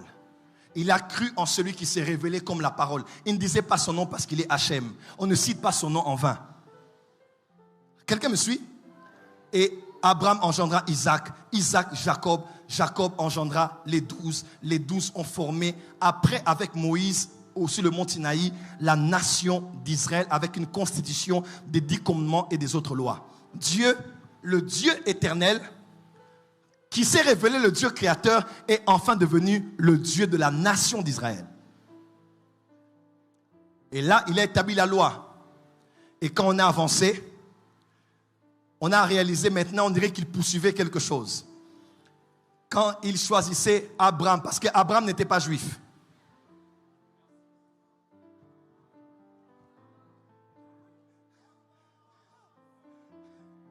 Hein? Ah. On va aller en histoire biblique, vous voulez, c'est... Non, ça c'est un autre sujet. Abraham n'était pas de la nation d'Israël. Mais il avait dit à Abraham, toutes les nations de la terre seront bénies en toi. Alors comment un homme du Moyen-Orient peut, dans sa postérité, bénir même les Bengales et les Bantandou? Dans le sein d'Abraham, il y avait le Messie. Dans Abraham, il y avait Isaac, Jacob. Dans Jacob, il y avait Judas. Et quand Jésus est né de la maison de Judas, quelqu'un me suit? Par Joseph, il est écrit dans Matthieu 1, verset 1, généalogie de Jésus-Christ, fils d'Abraham. C'est la promesse. Et fils de David. Parce que par Jésus maintenant, tous ceux qui croient en Jésus deviennent fils d'Abraham. Et sont bénis par Abraham le croyant. Et Dieu est devenu le Dieu d'Israël. Il a marché avec Israël dans la dispensation de la loi. Après, Jésus est venu, il est né. 33 ans après, l'Église est née. Et 2000 ans après, nous sommes à la conférence internationale de la Pâque, de la Pentecôte 2023. Dieu est maintenant le Dieu de l'Église. Amen. Et un jour, l'enlèvement aura lieu. Dieu va maintenant, par Jésus-Christ, libérer les jugements sur la terre. Les sept fléaux, les 7 sceaux, 7 fléaux, 7 trompettes. Dieu va maintenant commencer à détruire la terre. Amen. Balance la main là où tu es. Alors, quand on parle du prophétisme, être prophète, voir en esprit, prédire l'avenir, je vous ai dit que si on parle comme des évangéliques, des chrétiens du Congo, on va vous dire que tout ce qui est de l'église vient d'ici, du prophétique. Les 5 ministères, les apôtres, les prophètes, les dons spirituels, n'est-ce pas? Les dons spirituels, le don de prophétie et les dons prophétiques. Certains qui connaissent la Bible diront non, les prophètes ont commencé depuis Israël. Il y avait des prophètes en Israël. Les prophètes ont commencé là. Mais j'aimerais vous dire, chers frères et sœurs dans le Seigneur, le prophétique n'a pas commencé en Israël, n'a pas commencé dans l'église. Le prophétique a commencé avec le Dieu créateur. Pourquoi? Parce que Adam était prophète. Dieu a privé Adam de tout. Sors du jardin. Mais il n'a pas privé de la capacité d'écouter. Adam, tu es où? Je suis là, je me suis caché. Comment tu parles avec quelqu'un qui t'a rejeté? Adam continue à écouter. Si Adam a péché à écouter, je prie que tes oreilles s'ouvrent et que tu entendes la voix de Dieu. plus loin. On parle de Enoch, 7e après Adam. Il a prophétisé, vous allez voir ça dans Jude, il a prophétisé sur le retour glorieux de Christ. Donc, ça n'a pas commencé ici. Enoch était prophète. Enoch n'était pas juif. Enoch n'était pas pasteur. Enoch était même là. 7e après Adam. Et il a prophétisé sur le retour glorieux de Christ. Quelqu'un me suit? Donc, le prophétique n'est pas un don du Dieu d'Israël. Le prophétique n'est pas d'abord un don du Dieu de l'Église. Le prophétique est d'abord un don du Dieu créateur. Oui. C'est quoi le prophétique? Le prophétique, c'est l'habilité, la capacité, la science d'écouter Dieu par les différentes voies que Dieu utilise pour te parler. C'est ça le prophétique. Je vous ai dit hier ici, prophète Jimmy, j'ai dit, Pasteur Lambert, des fois on dit, dans notre famille, quelqu'un est là, quand son œil droit commence à clignoter, l'œil commence à clignoter, il sait qu'un danger arrive. Quand le doigt gauche commence à clignoter, il sait que l'argent va arriver. Qui a déjà vu ça? Bon, maintenant beaucoup de chrétiens ont peur d'en parler parce que les pasteurs vont dire attention, attention, attention, tu dois écouter seulement Dieu. Ça c'est faux, ça c'est des superstitions. Écoute-moi, ce que les gens vivent là, c'est Dieu qui a donné. Mais ce n'est pas un don du Dieu de l'Église. C'est un don du Dieu créateur. Parce que le créateur a mis dans l'homme et dans la nature beaucoup de choses par lesquelles il peut prévenir l'homme, avertir l'homme, annoncer à l'homme. Parce que le créateur continue toujours à parler. N'est-ce pas Pharaon qui a vu le rêve des vaches? Et pourtant Joseph était en prison. Pourquoi n'a-t-il pas vu ça? N'est-ce pas Nebuchadnezzar qui a eu la vision? Pourquoi Daniel n'a pas vu ça? Parce que Dieu parle encore à sa création. J'ai vu des gens dire, papa, on a 9 dons spirituels seulement. Les gens veulent créer un 10e don spirituel. Bon, quelqu'un m'a posé la question. Et le don de vision, le don de rêve, le don de songe, qui a donné ça? Le don de songe aussi, ça existe. Ce n'est pas un don de l'esprit. Voilà pourquoi dans certaines familles, il y a des gens qui ne prient pas, mais qui rêvent fort.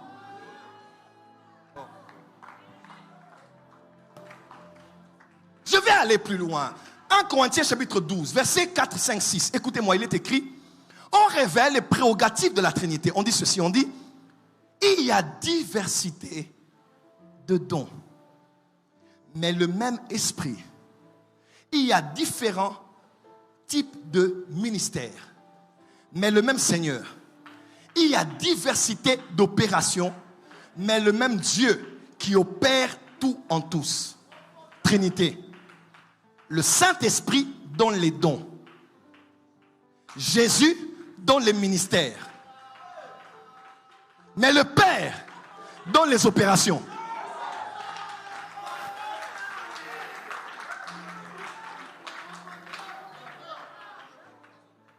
Les dons du Saint-Esprit sont dans 1 Corinthiens 12.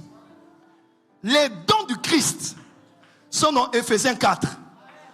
Et les dons du Père sont où? Opération en grec, ça veut dire énergema, qui veut dire ce que l'homme fait comme activité, ce que l'homme fait comme opération. Les dons du Père sont ici.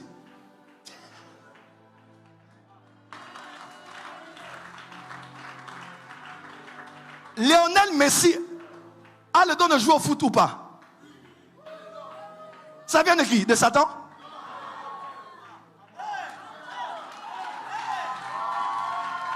Dis à ton voisin, les dons du Père.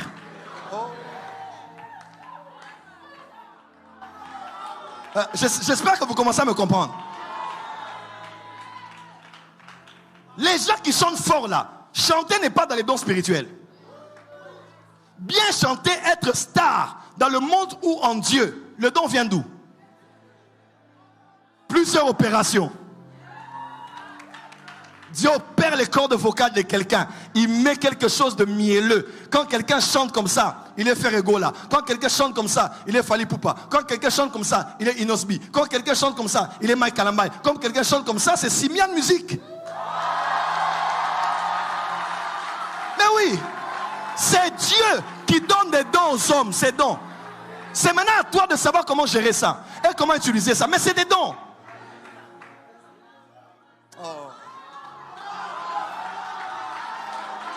Et les chrétiens croient que parce que nous sommes à l'église, le Créateur a arrêté de donner.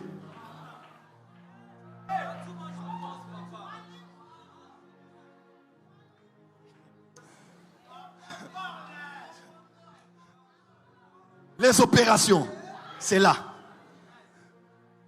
Et je peux même forcer.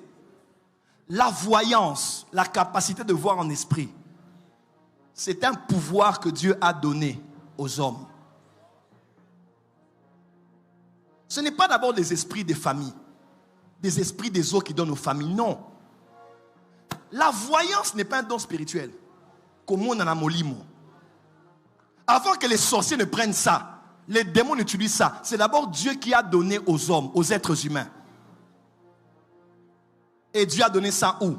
Dans certaines régions du monde, dans certaines nations du monde, dans certaines tribus du monde et dans certaines familles.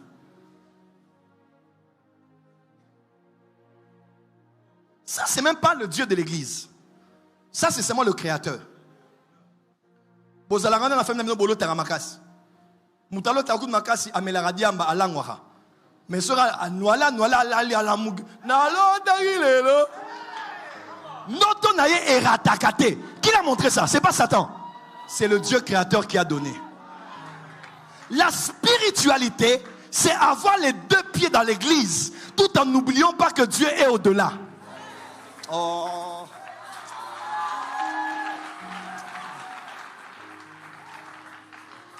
Ah. Ah. Ah. Ah.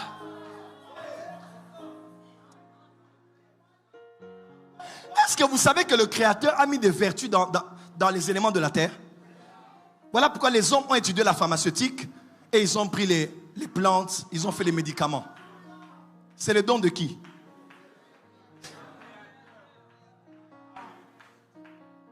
C'est vrai qu'on aime beaucoup attaquer les médecins, hein? Même si les médecins t'ont condamné, Dieu va te guérir. La médecine est un don de Dieu.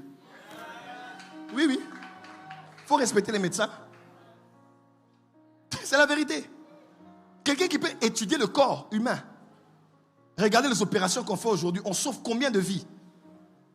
Le Père a donné des dons, des habilités, des capacités aux hommes. Et la capacité de voir en esprit n'est pas d'abord une histoire des dons spirituels. C'est d'abord une histoire du Dieu créateur. Mais puisque le corbeau de l'histoire de Noé vient toujours avant la colombe, puisque Ismaël vient avant Isaac, puisque le voleur vient avant le bon berger, le diable a récupéré les dons du Père et il a souillé ça. Voilà pourquoi au commencement Dieu parlait par les astres. Mais Dieu a dit, vous n'allez plus regarder les astres parce que c'est un lieu qui est déjà récupéré. Quelqu'un me suit? Quelqu'un me suit? Est-ce que quelqu'un me suit? Parce qu'il y a des lieux que Satan a récupérés. Voilà pourquoi nous, on n'aime pas trop entrer là-bas. Le prophétisme ici, voilà pourquoi beaucoup de nations au monde ont la grâce de prophétiser. Vous allez aller au Ghana, au Congo, Katanga, Bas-Congo. Tu vas voir un petit enfant, c'est 4 ans, 5 ans, 6 ans, il te parle de ta vie. Des Mvoulousi. C'est même pas une histoire d'abord des démons, non. C'est un pouvoir que Dieu libère dans certaines régions.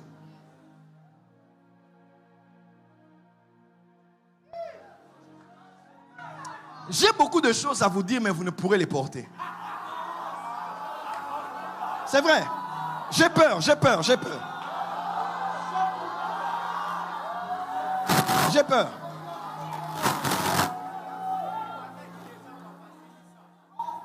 Écoutez-moi. Quand Dieu est dans une dispensation, il fait prévaloir un régime. Il révèle une partie de sa nature qu'on ne connaissait pas.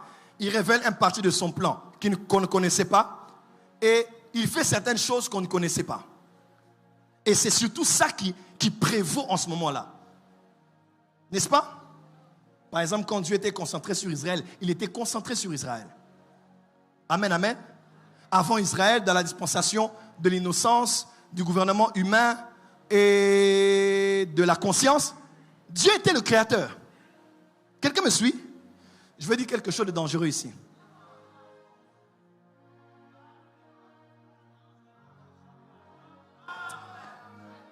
Ah, na loba ningini. Pardonnez-moi, théologien. J'ai un problème avec l'église. Quand une dispensation, là maintenant nous sommes dans la dispensation de la grâce, dispensation de l'église.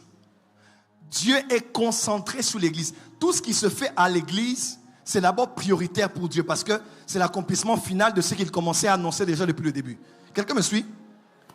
Mais quand Dieu est présent dans une dispensation, il faut écouter la dispensation, prêcher la dispensation, suivre la dispensation. Mais il faut plus regarder au dispensateur qu'à la dispensation. Reculons un peu. Dans la dispensation de la loi, il y avait la loi qui comptait. Mais dans la généalogie du Saint-Fils de Dieu, on a eu une femme qui s'appelait Rahab. Parce que même dans la dispensation de la loi, on avait des ouvertures de la grâce. Parce que celui qui est au-dessus des dispensations, il fait d'abord ce qu'il doit faire dans la dispensation, mais il n'est pas limité à ne faire que ce qui est de la dispensation. Voilà pourquoi même à l'époque du gouvernement humain, Noé trouva grâce aux yeux de Dieu. Ce n'était pas encore la dispensation de la grâce, mais Noé a trouvé grâce. Le problème c'est ça. Tant Nzamba a bougé naé.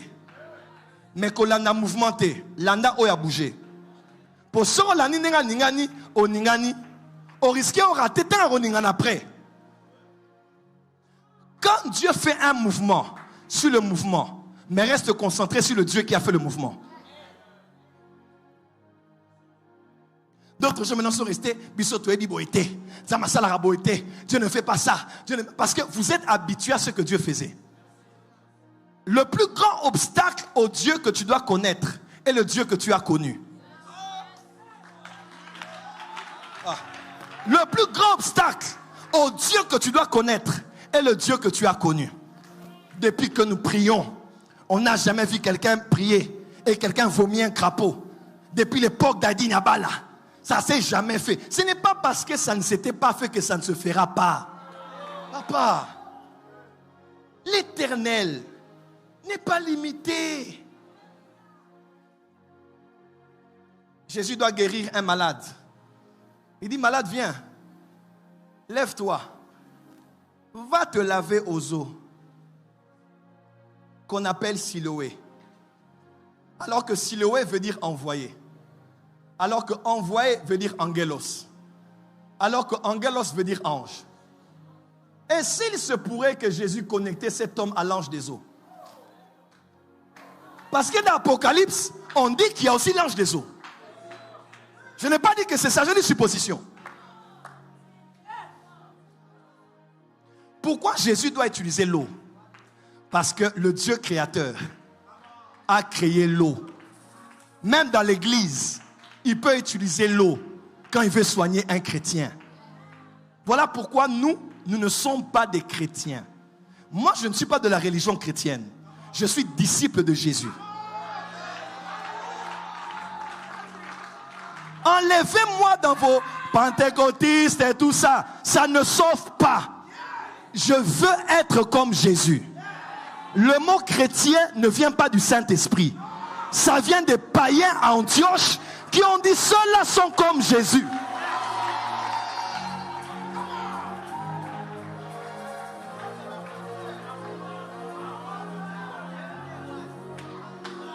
C'est les chrétiens qui sont orgueilleux. Les catholiques attaquent les protestants. Les protestants attaquent les catholiques. Les catholiques attaquent les kimanguistes. Papa, ça ne sauve pas. Jésus ne viendra pas prendre les papiers en tête de nos églises. Jésus ne viendra pas prendre les logos qu'il y a dans nos églises. Jésus viendra prendre les rachetés qui ont été sauvés par la foi en Jésus et qui ont lavé leurs robes.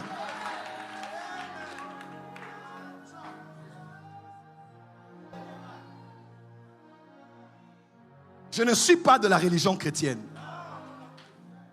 Je suis disciple de Jésus. Yeshua.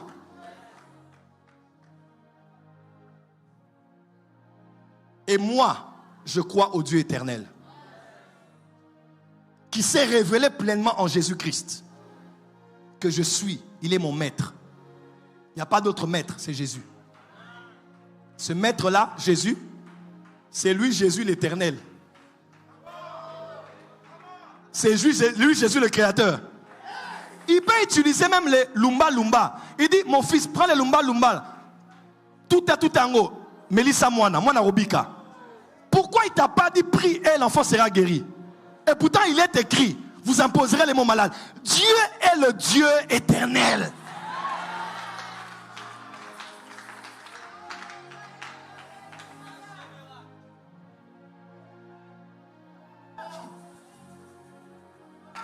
Rentrez. Je vais clôturer ici. Esprit à mes corps. Je vais clôturer ici. Je ne prophétise pas. Je ne fais pas de service. C'est la parole. Je n'impose pas les mains, j'impose la parole ce soir. Qui aime la parole ici? Acclame pour m'encourager.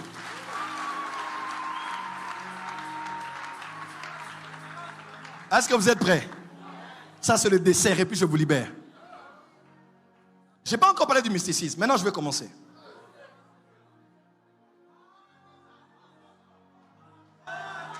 Vous aimez Jésus ici? Vous aimez la parole ici? Acclamez très fort, on va y aller. Tiens-moi ça. Regarde. Alors, d'où vient le mysticisme? À vrai dire, le mot mysticisme n'est pas vraiment le mot que je devais utiliser parce que, aller sur Google, mysticisme ne parle pas de satanisme ou d'occultisme. Regardez sur Google tout à l'heure, mysticisme ne parle pas forcément de satanique, occulte, maléfique. J'aurais préféré spiritisme ou occultisme, ça aurait été mieux, mais les termes peuvent être interchangeables, n'est-ce pas? On peut par mysticisme comprendre ce qui peut avoir un lien avec l'occulte, le ténébreux, le mal est attaché à Lucifer. Suivez-moi c'est une conférence d'enseignement. Suivez-moi très bien. D'où vient le mysticisme? D'où vient toutes ces spiritualités? Il y a deux grandes sources qui ont ouvert la porte au mysticisme, aux spiritualités dans le monde. Premièrement, le souci de l'homme de rentrer à la maison. Le souci du fils prodigue de rentrer chez lui. Le souci d'Adam de rentrer à Éden.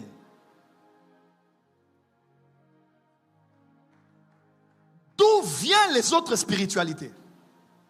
Les spiritualités viennent du fait que Adam veut rentrer à Éden. Le fils prodigue veut rentrer à la maison et retrouver son statut. Et le fils veut rentrer à la maison. Où est-ce que Dieu a créé l'homme? Il y avait un jardin dans Éden, qu'on appelait le jardin d'Éden, n'est-ce pas? Dieu a replié les manches de ses vêtements. Dieu a formé l'homme de la poussière de la terre. Genèse chapitre 2. Alors que dans Genèse chapitre 1 verset 26, verset 7, Dieu a dit, faisons l'homme à notre image, à notre ressemblance. Qui a parlé? Faisons. Père, Fils, Saint-Esprit. Voilà pourquoi l'homme est trinitaire comme Dieu est trinitaire. Père, Fils, Saint-Esprit, l'homme est aussi esprit, âme et corps. Indivisible, inséparable, qui font de toi, toi. Et Dieu est aussi lui, un. Mais il y a trois personnes en lui qui font de lui, lui. Faisons l'homme à notre image. Et l'homme a été créé comme Dieu est, trinitaire, mais un seul homme. Y avait-il trois Adam? Non, il y avait un seul Adam. Mais il y avait l'esprit, l'âme et le corps d'Adam. Quelqu'un me suit? Et l'homme a été placé dans le jardin d'Éden. Le premier homme spirituel, esprit, âme et corps, habitait dans la végétation, habitait dans la nature, habitait dans la verdure, habitait avec l'air non pollué, habitait avec les oiseaux, se réveillait avec le chant des oiseaux, habitait avec les animaux. Ainsi, les hommes spirituels aiment beaucoup la nature. Il n'y a rien qui me restaure dans mon esprit comme après que j'ai fait un service. Maintenant que je suis marié, c'est différent. Maintenant j'ai ma femme, je suis là. À part elle, il y a PlayStation. À part PlayStation, il y a les films. Là, je parle comme un homme. À part ça, ce qui me restitue bien, c'est la nature. Quand j'entends le bruit des eaux, quand je vois les eaux, quand je vois le vent, ça fait quelque chose dans ton homme intérieur. Quand tu es dans la nature, tu sens que tu es connecté au vrai toi. Tu as déjà remarqué ça? Oh. Parce que l'homme spirituel ne mangeait pas la viande. L'homme spirituel, Adam, était végétarien. Dieu n'avait pas donné à l'homme la viande à manger. Lisez bien. Dieu avait donné à l'homme de manger tout ce qui poussait, pas tout ce qui respirait. Je crois qu'il y a certaines dimensions de la spiritualité, pas pour tous, mais certains, Dieu commencera à te refuser certaines nourritures. Je ne dis pas que c'est un verset biblique. Le prophète Jimmy me disait dernièrement, papa, je ne mange plus de la viande. Mais il dit ça pendant un temps, dans les concentrations. Parce qu'il y a des moments où quand tu étudies même la nutrition, il y a le sang dans la viande. Et l'âme de toute chair est dans le sang. Et ça a été prouvé scientifiquement que ceux qui mangent beaucoup de viande sanglante sont charnels. Je ferme la parenthèse.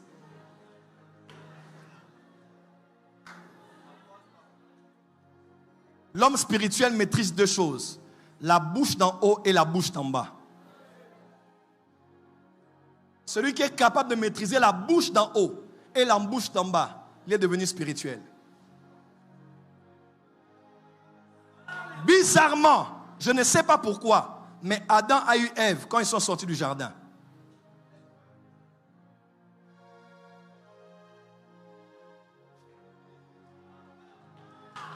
Je n'ai pas dit qu'ils ne couchaient pas ensemble. Mais je dis seulement bizarrement.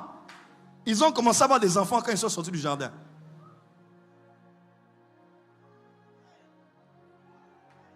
Le premier instinct de l'homme charnel, c'est l'activité sexuelle. Je parlais plus loin. Quand tu deviens comme Adam à Éden, tu deviens comme un ange, comme un esprit. Je parlais plus loin. Jésus a dit aux pharisiens, docteur Doigt, il dit, mais oh, quand quelqu'un va mourir à la résurrection, il y aura des femmes. Jésus a dit ceci, ils seront comme des anges, parce qu'au ciel, il n'y a pas de sexe. Il n'y a ni homme, ni femme. Frère, il y a une dimension de spiritualité quand tu montes avec Dieu. Tu atteins la dimension angélique. Tu peux même fuir le sexe. Voilà pourquoi quand tu es une femme mariée à un homme de Dieu, à un homme d'esprit, c'est bizarre, hein? Quand tu es marié à une femme d'esprit, des fois elle peut avoir trop envie, des fois elle ne peut pas avoir envie du tout.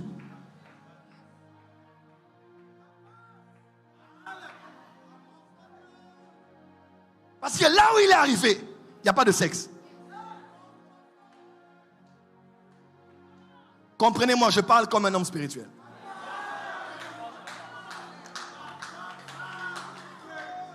Dis à ton voisin, rendez-vous dans la spiritualité.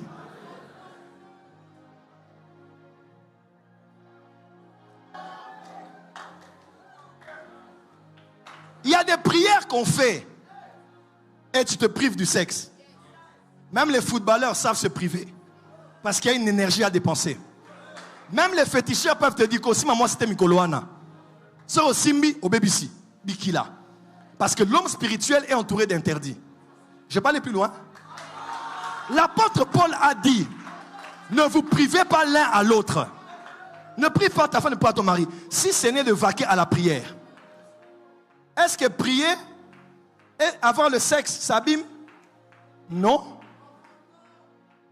Coucher avec sa femme ou avec son mari, excusez-moi de l'expression, ça n'abîme pas la prière. Mais pourquoi Paul dit, à cause de la prière, des fois, laisse ton mari, laisse ta femme. Tu sais pourquoi? Parce qu'il y a certains combats spirituels, certains engagements en esprit qui nécessitent que tu aies toute l'énergie. Parce que le sexe évacue l'énergie. Ah, ah. Ah, ah. Dis à ton voisin, nous retournons à Éden. Je ferme la parenthèse. Adam a péché, il est mort. Il est mort comment? Il était vivant après la chute. Mais pourtant, il était mort en esprit. La mort spirituelle parce qu'il avait mangé. Quand il a mangé, la nourriture, le péché est entré en lui. Le péché est entré dans son ventre. Parce que le ventre, c'est la racine de ton esprit.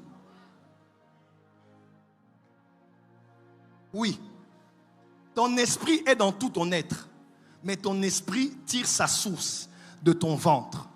Jésus dit, celui qui croit en moi, des fleuves d'eau vive vont couler de son sein. Une autre version dit de son ventre. Une autre version dit de son esprit. Oui, parce que l'esprit est connecté au ventre. Son esprit a été coupé du Créateur quand le péché est arrivé dans son esprit. Voilà pourquoi Jésus a dit, prenez garde que vos esprits ne s'alourdissent par les excès de manger et de boire. Comment c'est que je mange et de boire peut alourdir?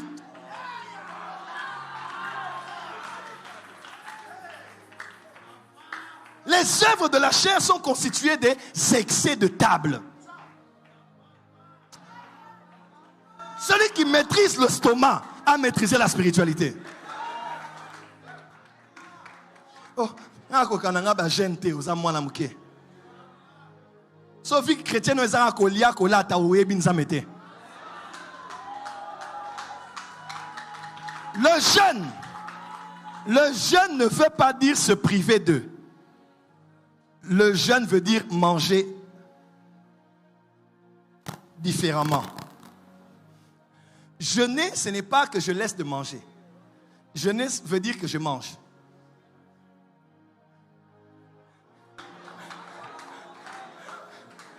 Jeûner, c'est pas je ne mange pas le pain, je ne mange pas ceci.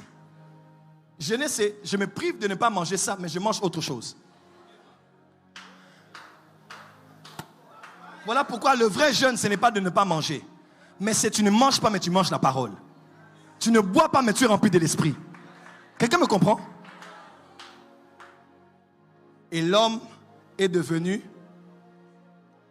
âme, corps et esprit. L'homme était maintenant dirigé par l'intelligence, les émotions et la volonté. C'est là où il y a l'âme, n'est-ce pas? Et l'âme, le corps, l'esprit étaient après.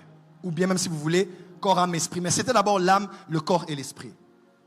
L'homme qui était esprit, âme et corps est devenu âme, corps et esprit. Quelqu'un me suit? L'esprit était mort, l'esprit allait en dernier lieu. L'homme maintenant est devenu un homme animal. Pourquoi on appelle les païens l'homme animal? C'est parce que l'animal est constitué de l'âme et du corps. Un païen est considéré comme l'homme animal, 1 Corinthiens chapitre 1, 2, 3, parce que c'est d'abord ses sentiments qui le guident, son intelligence, sa volonté qui le guide. Âme, corps et esprit. Alors, d'où est venue les anciennes spiritualités? Prophète Jim, écoute-moi bien, je clôture ici. Demain, je commence avec le mysticisme et je vais expliquer comment le faux est des fois pris pour vrai. Prophète Jim Mbaya, au travers des âges, Adam a voulu rentrer à Éden. La descendance d'Adam a toujours eu envie de retourner là où Dieu l'avait établi dans la maison. Alors l'homme a cherché à redevenir esprit, âme et corps. Je vais vous choquer. Et l'homme est arrivé. Oui, l'homme est arrivé à redevenir un homme spirituel, esprit, âme et corps. Je vous donne un petit exemple. Une spiritualité comme le bouddhisme, les spiritualités orientales, ce sont les spiritualités de la bienfaisance. On ne vous dira pas de péché. Même quand on dit tu ne tueras pas là-bas, c'est tu ne tueras même pas un cafard. Tu ne tueras même pas une menthe religieuse. Là où toi tu ne tues pas l'être humain, lui-même les moustiques il ne tue pas. Parce qu'il doit être en harmonie avec l'univers. Il marche dans les vertus, il marche dans la piété, il marche dans la morale, il marche dans ce qui est vrai. Et surtout, ils ont maîtrisé l'âme, ils ont maîtrisé l'appétit de la chair. Tu ne verras pas coucher avec des femmes, tu ne verras pas boire n'importe comment ou manger n'importe quoi. D'ailleurs, ils sont retournés au repas initial d'Adam dans le jardin. Ce sont des végétariens. Et, sachant que l'esprit de l'homme est le souffle de l'Éternel dans l'homme, ils ont appris à réveiller l'esprit qui était caché par les tactiques qu'on appelle la méditation. Oui, le yoga, les méditations et toutes ces pratiques des grands yogis, c'est pour réveiller l'esprit, réveiller le souffle, pour que l'homme commence à monter. L'homme commence à connaître l'ascendance, il faut qu'il respire. Pourquoi? Parce que tes poumons ont la forme des ailes.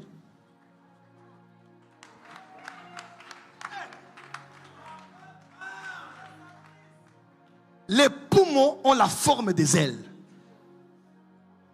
Quand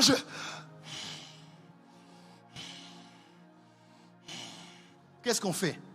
On bat des ailes pour élever l'esprit. Ils ont maîtrisé l'âme. Ils ont maîtrisé le corps. Il peut être en position lotus pendant 2 semaines. Il ne bouge pas. Respire. Méditation transcendantale. Ils ont tellement fait ça que l'esprit vraiment est revenu ici. Voilà pourquoi beaucoup d'occultistes sont plus spirituels que des pasteurs. Beaucoup des spirites, des mystiques sont plus spirituels que beaucoup de chrétiens. Parce que là où toi tu es un chrétien charnel, hein, c'est aussi dit dans la Bible, non? Après l'homme animal, il y a l'homme charnel, après il y a l'homme spirituel. Toi tu es encore chrétien, tu vis comme un homme charnel. Eux, ils ne font plus de péché. Oui, oui, ils sont dans la morale. Ils ont éveillé l'esprit déchu et ils sont revenus ici. Esprit, âme et corps. Et ces hommes-là, les bouddhistes, sont plus spirituels que beaucoup d'entre nous ici. Parce que la spiritualité, ce n'est pas d'abord la chrétienté. La spiritualité, c'est l'habilité de retourner à Éden. De se déconnecter de ce qu'il y a du monde pour se reconnecter avec ta vraie identité. Ça, c'est basique. Même dans le bouddhisme, on vous dira que c'est ça. Mais, Donna, où est le vrai problème? Pourquoi nous, les chrétiens, on ne peut pas aller faire le yoga? Pourquoi nous, les chrétiens, on ne peut pas faire les méditations transcendantales? Pourquoi on ne peut pas aller faire ces autres religions? Posez-moi la question, pourquoi? Pourquoi? Pourquoi? Pourquoi?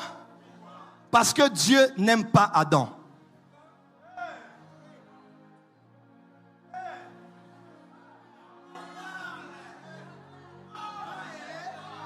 Dieu n'aime plus Adam.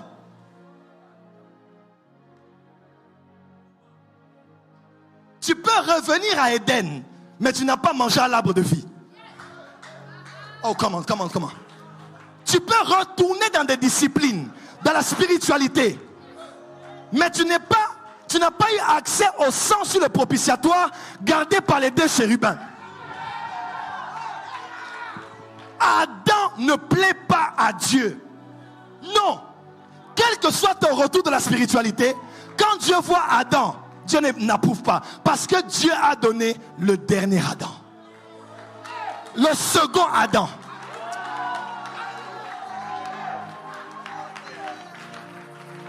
Peu importe ta spiritualité, tant que tu n'es pas connecté à Jésus, tu peux dominer sur la terre, mais tu n'as pas la garantie de l'éternité.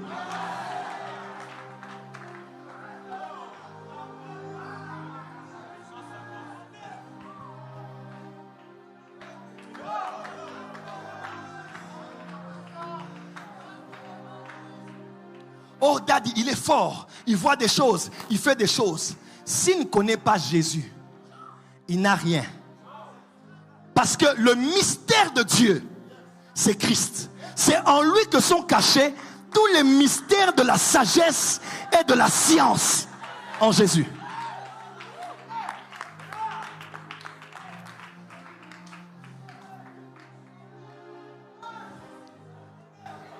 Un seul est agréable au Père, c'est Jésus. Peu importe ta spiritualité, si tu vas devant le Père avec ce que tu as acquis des pratiques spirituelles, tu peux avoir des avantages, tu peux avoir des visions, avoir des prophéties, mais devant le Père, tu n'es pas agréable. Pourquoi? Pour rencontrer le Père, Jésus a dit, je suis le chemin, je suis la vie, je suis la vérité. Nul quoi? Non, il devait dire nul ne va au Père, non? Papa n'est pas ici. Papa n'est pas ici. Il faut aller chez le Père. Jésus dit non, nul ne vient. Ne vient. Ne vient. Ne vient. C'est une faute de français. Nul ne vient. Pourquoi venir? Jésus, révèle-nous le Père. Et cela nous... Oh, mais il y a longtemps que tu es avec moi. Les 7 panneaux revenaient, les 7 panneaux revenaient. 7 panneaux revenaient, 7 panneaux revenaient. Qu'est-ce que Jésus a dit? Nul ne... Il a dit celui qui m'a vu. Frère, la spiritualité pure, le prophétique pur, la voyance pure, toutes les autres voyances ont des tâches. Toutes les autres voyances ont des risques. Ça va coûter quelque chose.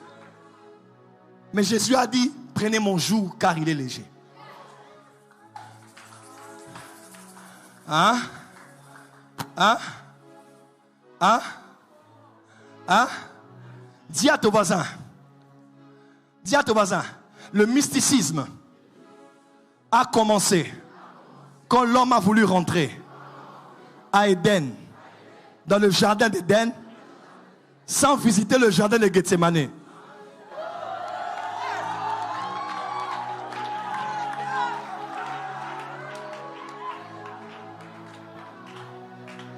Voilà pourquoi je suis combattu. C'est à cause de ce genre de messages. Quelqu'un comprend? Satan ne veut pas que vous puissiez écouter ça. Frère, tu peux aller lire tous les livres de spiritualité. Tu vas rentrer à Éden sans Jésus. Tu vas monter. En tout cas, tu vas monter. Et on monte vraiment. Parce qu'il y a d'autres technologies pour détourner et être parachuté à Éden. Mais, l'arbre de vie, Jésus a dit, je suis le cep. Hein? Je suis le... Et vous êtes les... Je suis le pain vivant descendu du ciel. Frère, la vraie spiritualité, c'est en Jésus. J'ai des choses à dire ici, mais c'est dangereux.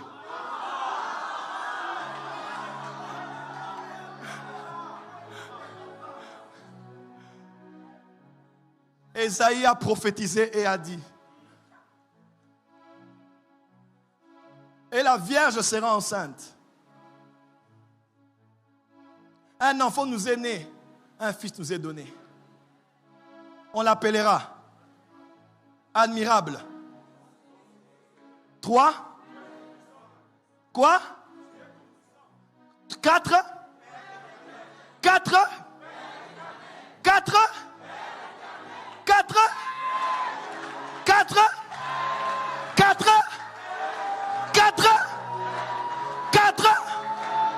L'enfant qui était né à Bethléem n'était pas un maître spirituel. Il n'est pas le président de la religion chrétienne. 1 Jean 5, verset 20, 19-20. Et nous savons du reste que qu'on nous a donné l'intelligence pour connaître le véritable. En son Fils Jésus-Christ. C'est lui, le Dieu véritable. Et frère, Jésus n'est pas un maître ascensionné, non. C'est réduire mon maître. Frère, oh non, j'ai un maître là-bas, j'ai un maître là-bas. Tcha. Ok, il fait le pamba. Jésus.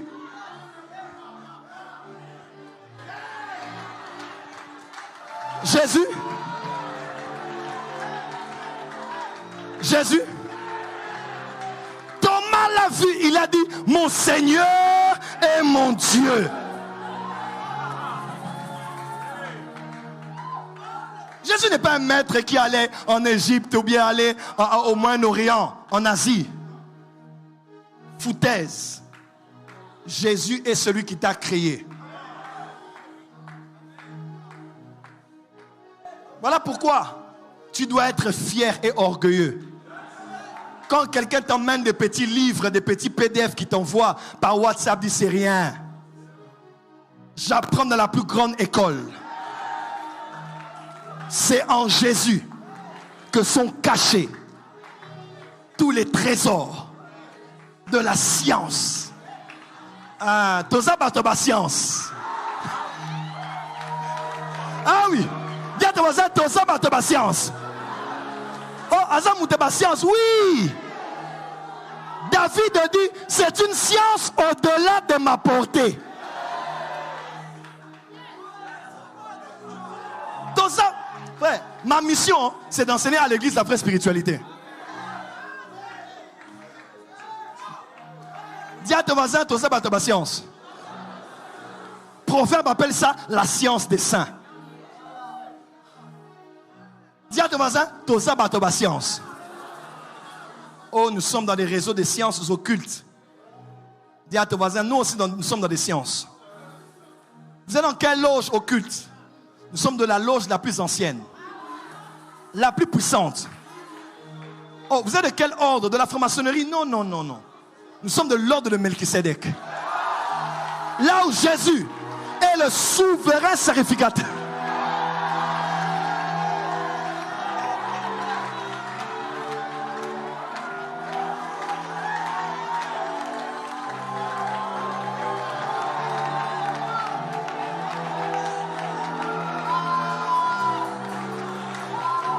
Écoutez-moi. Il était là. Et quand Adam a péché, il a tué une bête. Parce qu'on ne prend pas un vêtement de poil d'animal sans avoir tué l'animal.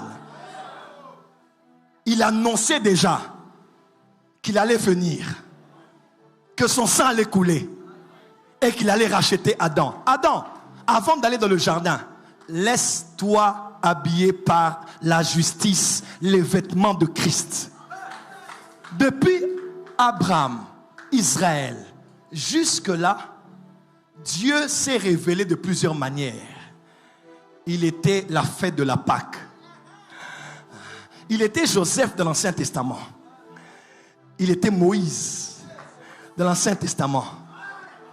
Il était l'Arche dans le lieu très saint. Il était la colonne de nuée le jour et la colonne de feu la nuit. Il était le rocher qui les suivait. Quand ils allaient à Élim, il les suivait à Élim. Il donnait de l'eau, mais c'était lui. Il a dit à Moïse, tu vas voir ma gloire. Moïse a dit, je verrai Dieu, je vais mourir. Il dit, calme-toi, calm down. Je vais te cacher dans le rocher. Parce que Jésus est le rocher des âges. Ils étaient à Goshen. L'ange allait passer. Mais il était leur Pâque.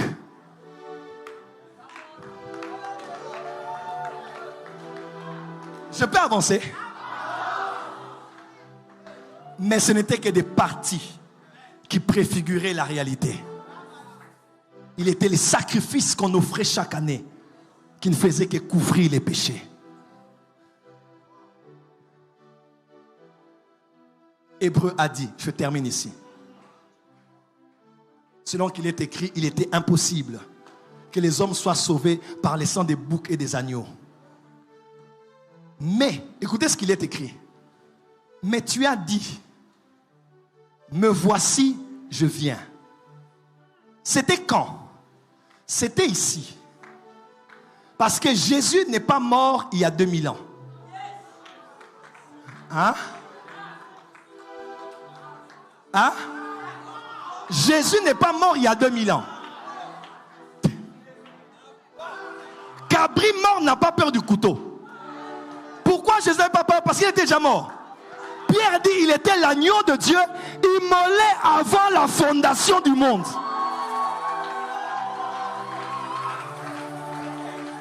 Il dit, c'est maintenant le Fils qui parle au Père. Il dit, parce que dans le livre là, toutes les images, les métaphores, les analogies, les types parlaient de moi.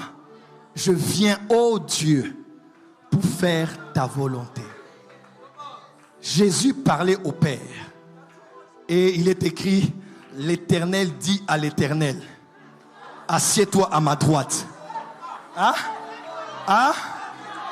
Qui est l'Éternel qui a parlé à l'Éternel? Jusqu'à ce que je fasse de tes ennemis ton... Qui aime la parole ici? J'ai terminé, que Dieu vous bénisse.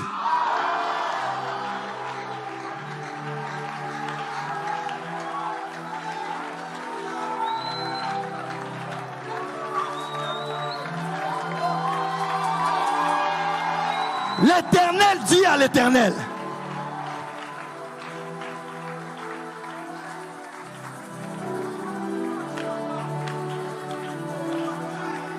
Plein succès à Jésus. Plein succès à Jésus. Maman, aucun autre nom que toi. Plein succès à Jésus. Plein succès à Jésus. Plein succès à Jésus. Plein succès à Jésus. Non, non, plein succès à Jésus. Plein succès à Jésus. Plein succès à Jésus. Plein succès à Jésus. Non, ils sont pas là, ils sont pas là, ils sont pas là. Plein succès à Jésus. Plein succès à Jésus. Plein succès à Jésus. Plein succès à Jésus.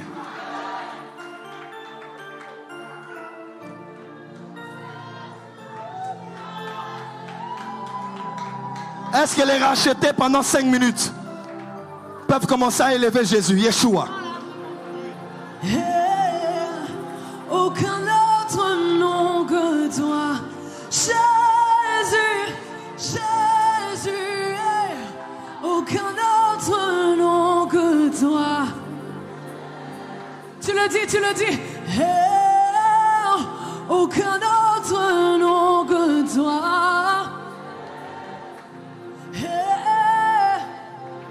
Toute ma vie, je chanterai.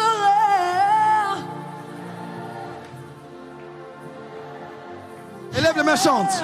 Toi qui guéris les mains. Plus fort, Jésus. Jésus, Jésus, aucun autre nom plus que fort. toi.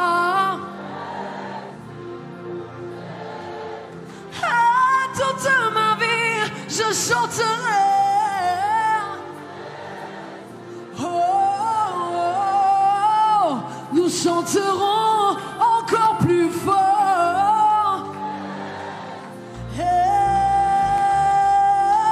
Nous t'élevons encore plus haut. Chapaya, toi seul mérites nos louanges. Plus fort, Jésus, plus fort, Jésus. 3e jour ressuscité.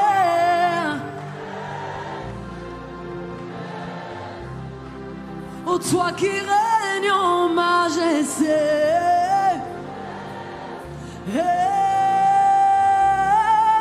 Toute ma vie je chanterai.